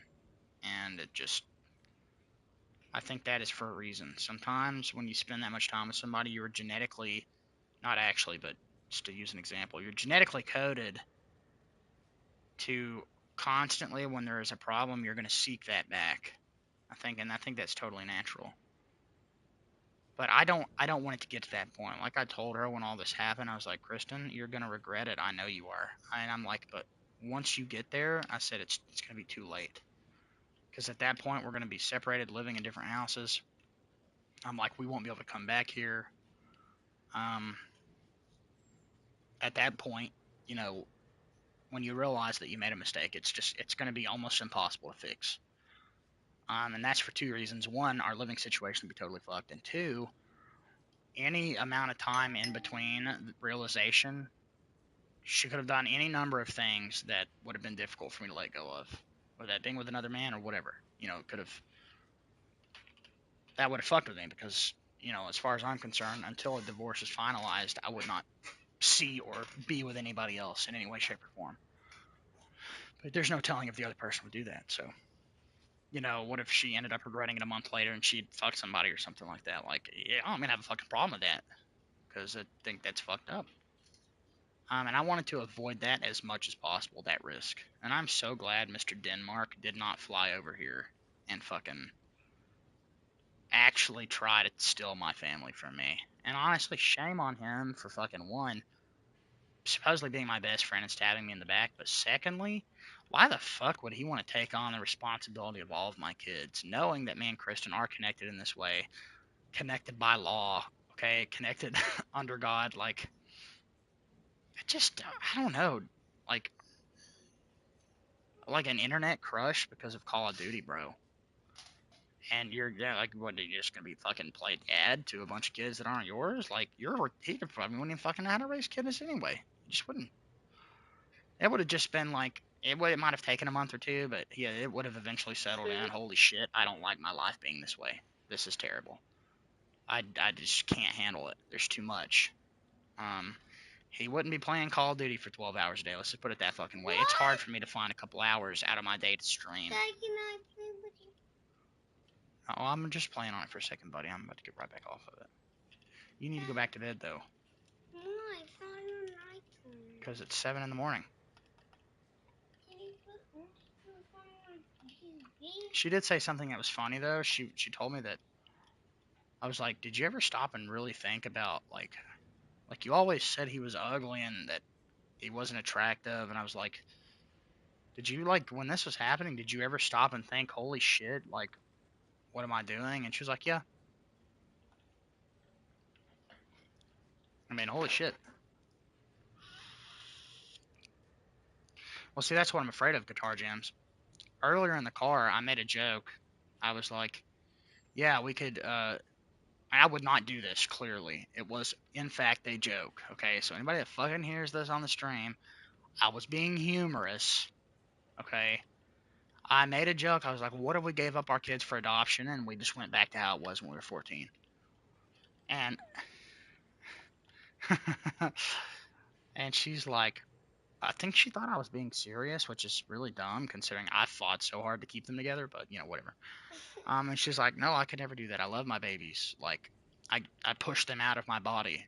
Like, I just could never do anything like that. And I was like, well, like, you're about to let 3 of them walk out the door, and that scares me because I would like to think that if we got separated, they would still have both of us, but I don't know. Kristen might have just been crazy enough to actually fucking move to a different part of the world, and I'm telling you, I would have fought her on that. I don't care what I had to do. I would not have allowed my children to move to fucking Denmark. Put it that way.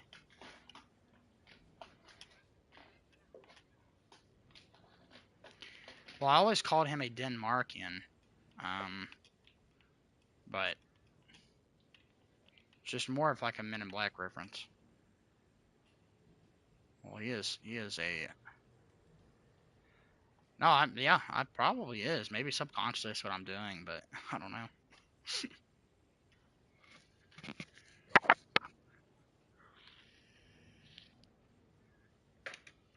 Yeah, like he represents the entire country. The whole country fucking blows and tries to steal families and tear them apart, I guess.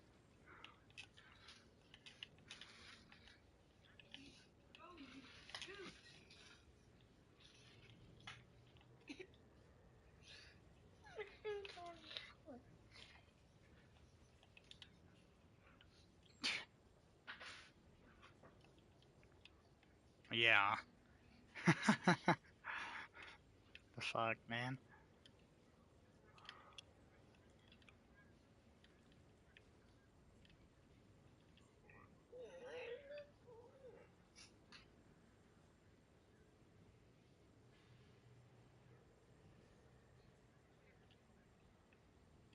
Wow, it must be fucking bad then.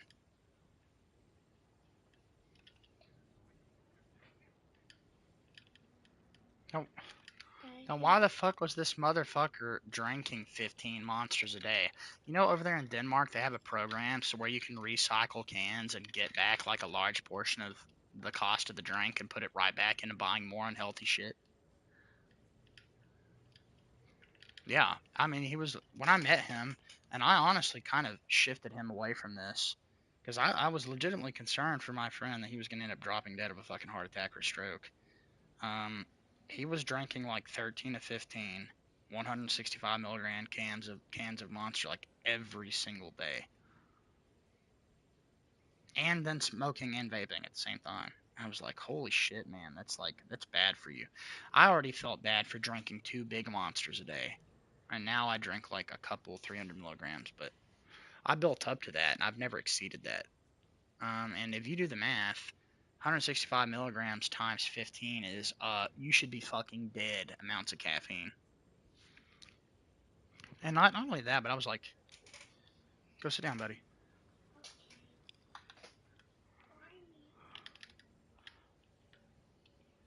Infinitely better for you, at least.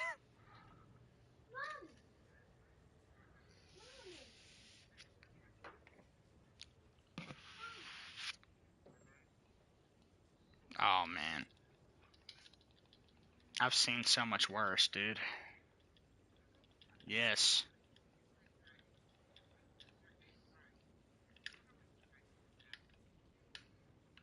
Yes. Really? Bro, a Dr. Pepper has like 24 milligrams caffeine in it. So you're what? Even if you do 6 in one day, you're like, That's like less than one single can of Monster, bro. Yes. Dr. Peppers and Cokes don't have much caffeine. Yeah.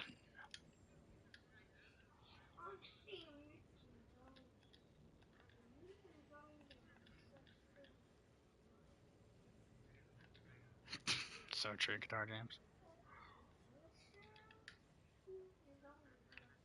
Yeah.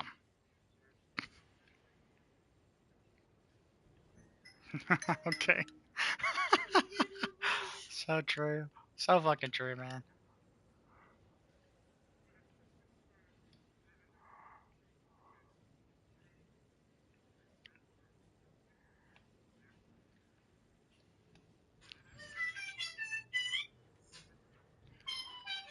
Yeah, you are very caffeine sensitive for sure.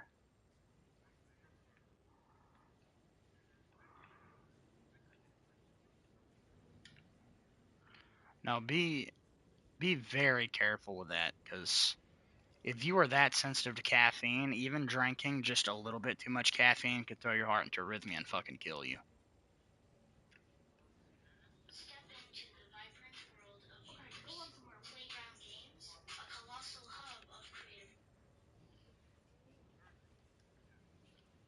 What? That's a thing? What the? Go lay down. Hurry up.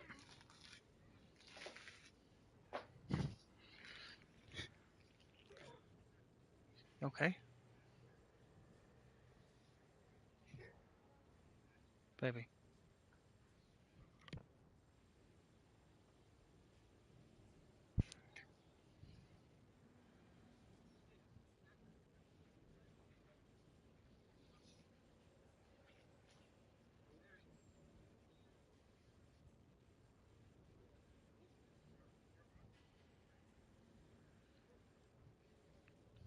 Yeah. No, I've never heard of that. Allergic to caffeine. That's new to me, for sure. Okay, well, I didn't want to be the one to say it.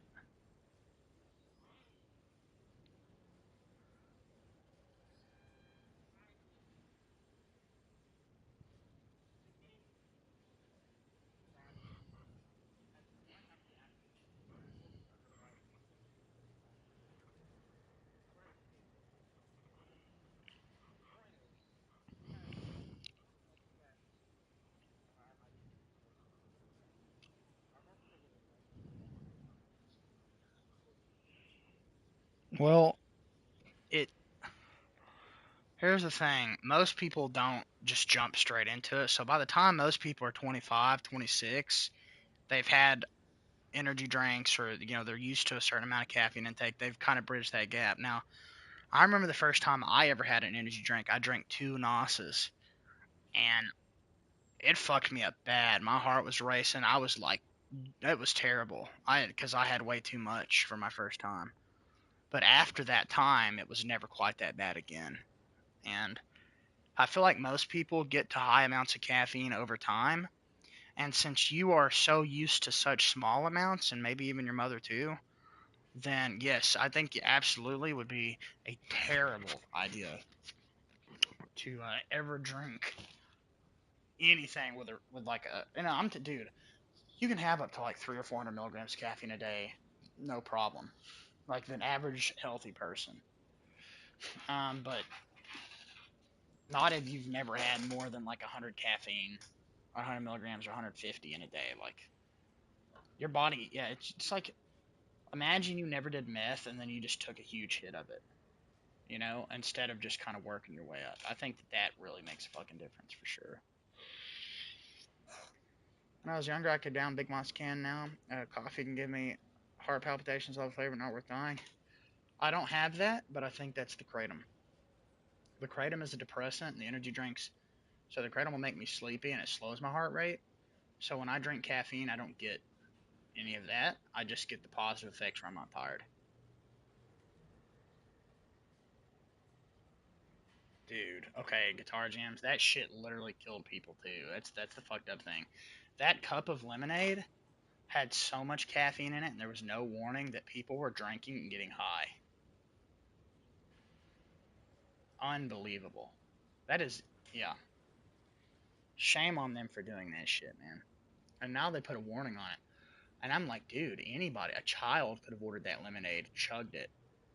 And a child with a small heart that had never had caffeine. Just imagine how disastrous that could have been.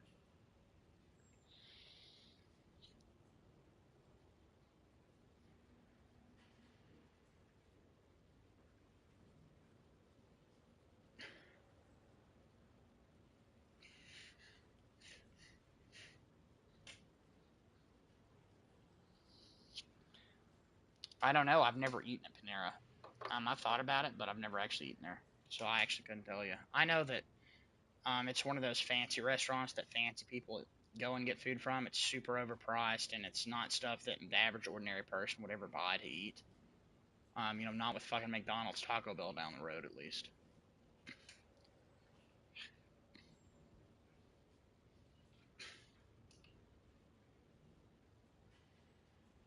Yeah. Yeah, actual food.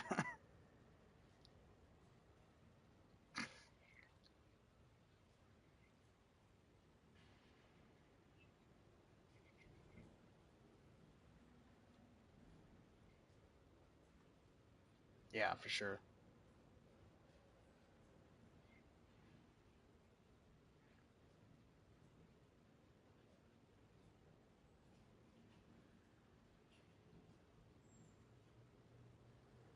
Yeah.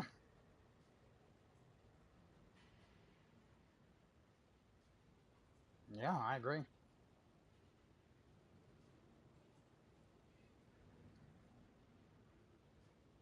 Question, by the way, stream chat. Um, in the case that I'm not able to get that shipped and that I do end up having to hawk the PS5, would you guys still be interested in me streaming from the phone and like jerry rigging it to point at my monitor so I could fucking show the Switch gameplay, or would that just be so unwatchable?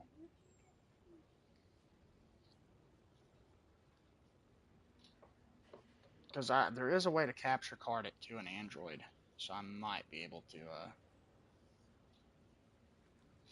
Maybe I could fucking somehow work it out. Yeah, I'm sorry I'm not playing the game. I honestly just can't get into this, and I'm having fun talking to you guys, so hope you don't mind staring at the main menu, because, yeah. Yeah, well, the thing is, if I could apparently get like a capture card, stream it to your phone, and then capture it with like a camera app or something. So I could just screen share my phone on stream and stream Switch that way, and just connect my headset to it and go from there. Um, I just feel like it would be a little complicated and probably not very fun to set up, but I think it is definitely possible.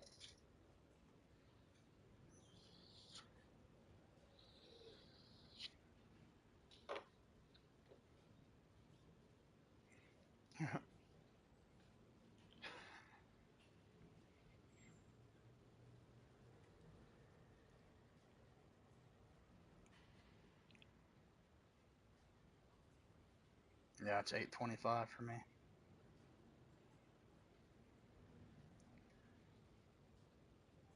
I just feel guilty when the stream.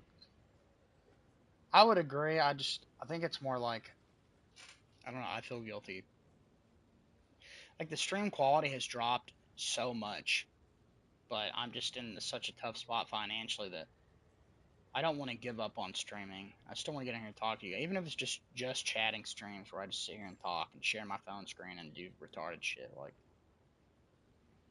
I feel like that would be at least something. Because I'm gonna end up with another computer. I'll end up replacing all this shit at some point. So we will eventually go back to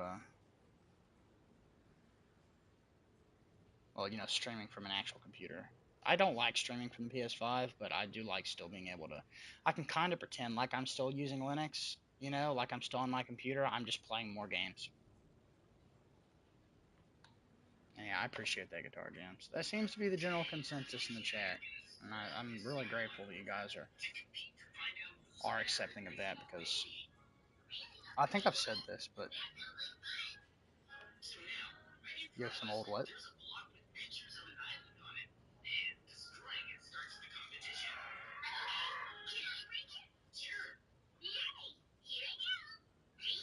I used to have so many.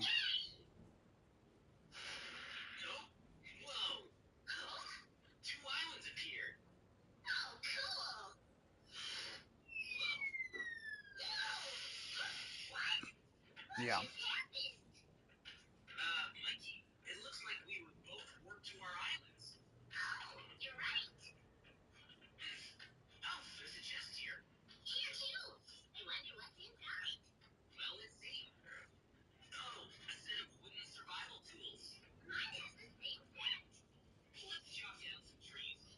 Fuck, if we lived anywhere near each other, I'd drive over and Frankenstein that shit, but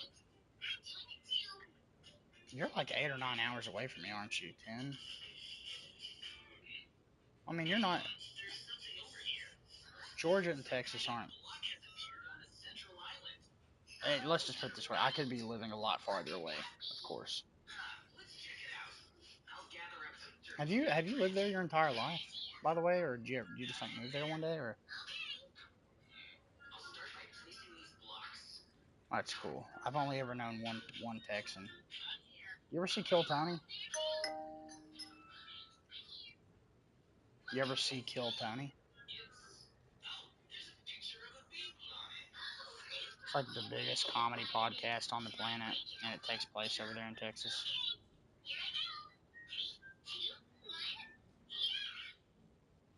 I never heard of them. That's fucking.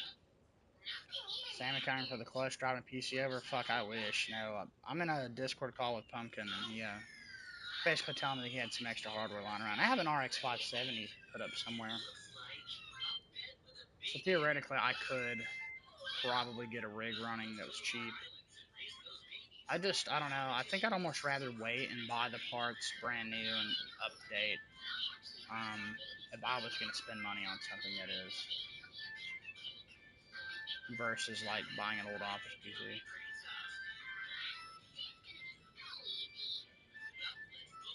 I mean, if somebody was just giving me parts, then yeah, I wouldn't give a fuck. I would be like, oh, it's free.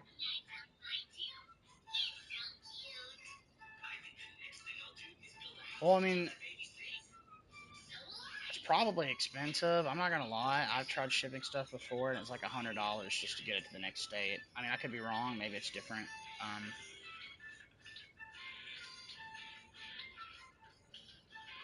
Okay. Yeah, but maybe he doesn't like Oral 6.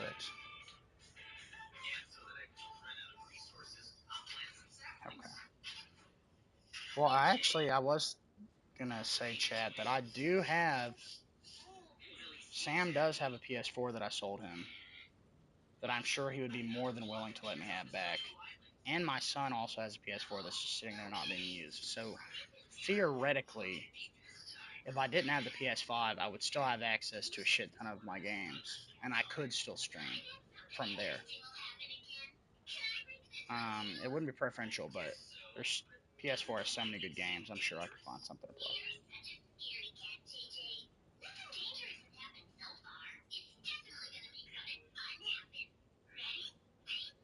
Okay.